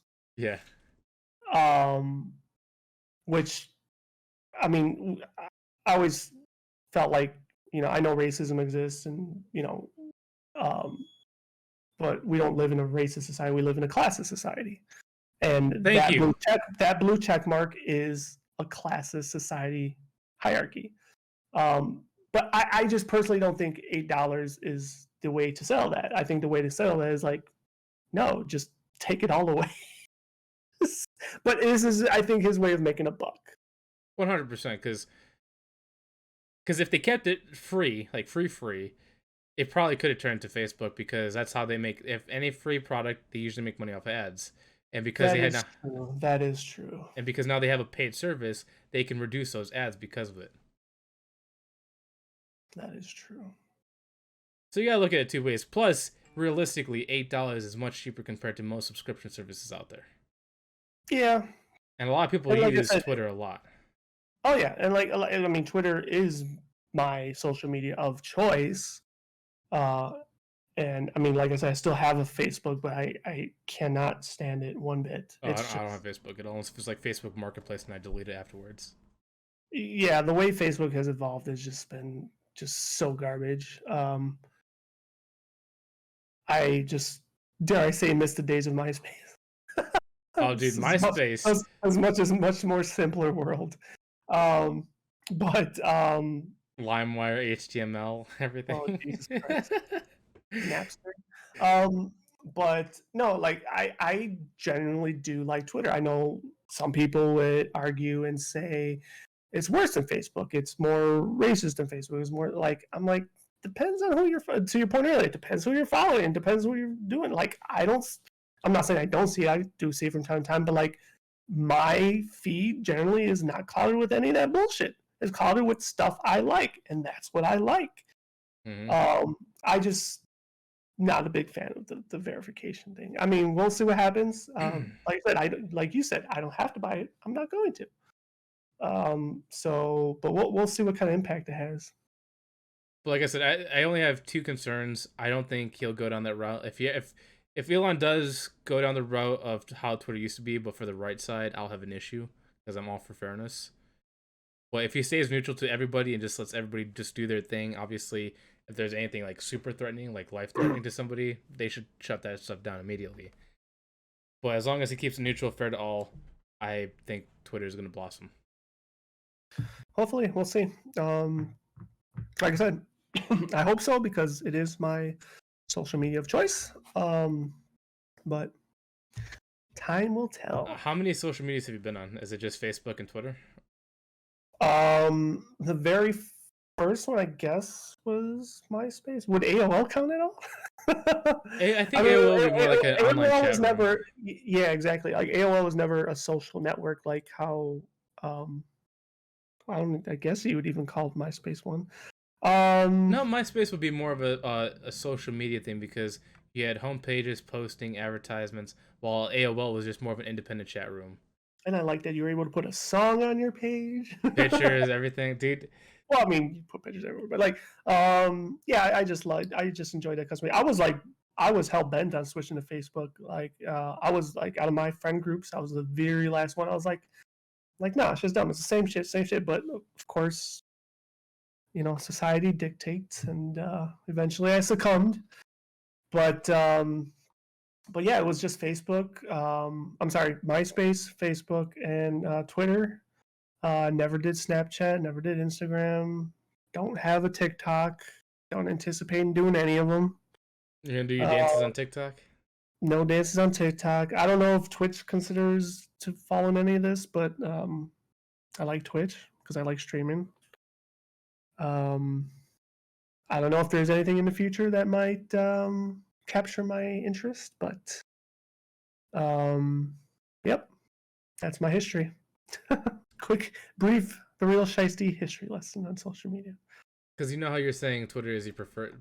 Twitter is also my preferred social media platform as well, just because it's simple. Everything you need is just right there in a simple post, compared to like clicking links and all that stuff. Um, but Facebook is weird. I don't like Facebook, but I like Instagram, even though it's owned by Facebook. It is, yeah. But Instagram's layout is more simplistic, like Facebook, or sorry, not Facebook, like Twitter, where it's just linear scrolling. It's either videos or pictures, and then uh, caption underneath. I like that. It's very simple and clean. Facebook, it's like you got videos, posts, links, and all that in the same thing. It's like it looks cluttered. And I think that's the reason why people don't like Facebook is because it's so cluttered and everything's everywhere. I'm not sure if that's why you dislike it, because we're so used to clean, organized UIs. Yeah, and Facebook used to be a clean, organized UI, but the way it has evolved is, I guess, why I don't like it. Like it's become, I feel like it's become like standing in the middle of downtown with full traffic and everything, and it's chaos. That's the best analogy I've heard because that's truly what it is. Just information It, hitting you all at once. it is, and there's like there's organization there, but it's not organized at all, and it's just so negative. Like just so fucking negative. And and like I said on Twitter, I know it exists. I know it's fucking out there. I'm not dumb, but I don't get it on my feed. But yet on Facebook, and I'm not following or friends with anybody that I think attracts or brings that. You're So just it's like, getting where the fuck is everybody's it? feed. Yeah, it's in everybody's fucking feed, and it's like, why? How? I, It's I'm legit gonna fucking get rid of it. Like at yeah. least Facebook, it's gonna be gone soon for me. I need to purge it first. It's weird that we're saying how we like free speech and all that stuff, in which Facebook basically gives you access to all information, doesn't put you in your own little bubble. But yet we're talking about how we like the bubble that Twitter gives us. But that, how can I put it? It's a bubble you obviously cater for yourself, but that's Correct. still a bubble that you're not getting access to the other views. But we somehow Right. like that better than all access. Well, once again, and maybe this is we're complaining, but yet we're probably complaining because we're not also shielding ourselves on our own part. But I'm pretty sure with Facebook, you could probably do blocks galore and settings galore Oh, to 100%. actually weed all that stuff out. But it's just like it's so fucking, like, I guess detailed is probably the word to use here when it doesn't have to be, and it's just so chaotic. Like I'm just done with it. So fucking done with it. I feel that. I was actually about to read a comment, but I had to remind myself that that's for later. Oh, all right. Well, unless you have any closing remarks on this, I feel like we kind of hit Yeah, I'm most hopeful, angles. but obviously, anything can change. We'll see what the future holds. I'm hopeful. You're hesitant. And hopefully everything turns out for the better. If not, then it will fail. Yeah, I mean, if not, like I said, I'd be quick to get rid of it too. I guess Yeah. it was servicing me well, but if it goes down to pooper, oh well. Then I guess I'll have no social media outlets at all, which I honestly I'll be fine with. It's funny because not that I really used to think, but I kind of felt like it was going to be a necessary evil for like everybody's life. But now Well, I'm like, mostly if you're an entrepreneur. Like honestly, if I wasn't, using Twitch for gaming and branching out and connecting to other people, I would not have any social media at all. Like if I quit gaming today and stopped streaming, I would delete all social media right now. well, that was okay. So to that point, and I don't want to like really fall off the rails here, but that's exactly why I consumed as much as I did, because going back when I was doing acting and all that stuff, and now that I'm doing Twitch, like I feel like once again necessary evil. But now, like I guess I'm in that realm of I don't care. Like I do want, I will continue the Twitch stuff, but like the self marketing is such a blessing. Don't get me wrong, but like I don't care if I don't have it now as a tool. Yeah. Like I'm just like that's how negative it has been for. Now I don't say for or to me, but just how negative viewing it has been. Like I just don't care anymore that it won't be a tool in my belt. But I think that's also like the difference too. Like you're not looking for streaming as a job. You're doing it as just a hobby, and I think that's why you don't care. But if you're really trying to go full force, you'd look at this as an entrepreneurial tool to branch yourself and connect to other avenues. And because you don't do that, that's why you're willing to let it go compared to someone that depends on this as a job tool. That is definitely true. However, even going the entrepreneur route and having them as a tool, like yes, there's obviously so much you could do yourself, and rightfully so, especially if you're starting, you should do yourself. However, I think some of these people obviously have other people doing it for them. Oh, Just like 100%. They have media managers. so to that point, even if it somehow were to mysteriously and awesomely come into a job, I wouldn't have to worry about working those fucking social medias because I got someone else do it for me. So there's that. And the funny thing is, you could tell who has a media manager and who doesn't by what they post. Like, if it seems like very clean cut, like very humorless, that's usually a media manager. When you look at someone like Kanye West, he does it himself. Oh yeah, well, yeah, and some of those. But Which I love Kanye. Obviously, there's certain things he says that are a little unhinged, but obviously, everybody has things that they go to. So, yeah, you can see by what people post and what they post themselves, or what media marketers do, because they usually use very clean language compared to somebody that doesn't use clean language. I think the best ones that are like creative and like they're more humanized. Like there's some out there that are pretty good. So my favorite are the media marketers that screw up big time. Like, for example, do you watch like the fast food media marketers, like when they joke with each other? I mean, I've seen some, like I said, creative stuff. Like one that talk about fast food. One that I thought was creative for a while, but I haven't seen anything from was like Arby's. Like Arby's had someone like really good doing it. But you gotta remember, even though if they're like clean cut, like everything you're talking about, like there's still a human there doing that work. Like yeah, but they usually do a lot more post processing than just randomly click. Oh yeah, it probably goes through a committee or something. Yeah. But my favorite is when a committee fails drastically. Like, so you probably know the developing studio EA, Electronic Arts, right? And there's like this whole EA Sports. It's in a game. And there's this whole meme of like, they're a 10, but they do so and so. I think I've seen it. Yeah. So they made a post saying they're a 10, but they like to play single player games, which was a really bad choice of words for them because they got blasted a while ago for trying to cut single player games. They said, "Oh, nobody plays that. It's just marketing." Even though EA has like one of the worst track records for microtransactions in their multiplayer games. So when they tweeted that, everybody's like, "Oh, your best-selling games of all time are all single-player games, and single-player games are the one winning the most awards." They're like, so I guess they're a 10, but they don't know what games to play, whatever. It was just funny how they tweeted one thing, and then got so much hate because they thought it was funny, but because the company that tweeted it has such a horrible history with single-player games, they got blasted for it. Those are my favorites, just when companies fumble on themselves. Yeah. Like, is there another company? I know there's other companies that have screwed themselves over on speeches. Well, yeah, I'm sure there's a ton of different examples. I didn't know or hear about that one, but oh yeah, that definitely happens all the time. I'm trying to think if there's another one. Oh man, there's probably more, but we can move on from that. Yeah, well, there's really nothing more to move on to except closing our podcast. All right. But yeah, other than that, this was episode 10. Episode 10 is a big one. Yeah. Or episode X, whatever you want to call it. I guess we had to top last week's episode because I think we beat last week's by 10 minutes or 8 minutes. Ooh. So, this is our officially longest episode. Sorry, Nightwing. We just took over the newest, longest episode. No, yeah, I think, man, which one? I think we spent a lot of time on House of Dragons, which is fine. That you've been holding that in for weeks. well, the thing is like, okay, I've been holding it for weeks, but at the same time, I felt like it was so docile because like I like brain fire a lot of stuff, and couldn't remember a lot of things, but like, yeah, that really could be its own 3 hour fucking podcast if we're being honest. Like, Yeah. hands down, especially if we took like notes or something.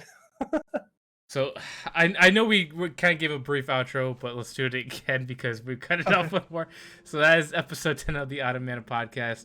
Hopefully we'll be here next Friday. I don't know if anything's going on, but whenever the next time we post, we'll hope to see you guys there. Thank you so much for watching, and we'll see you next time. Do next Friday. Peace. Peace.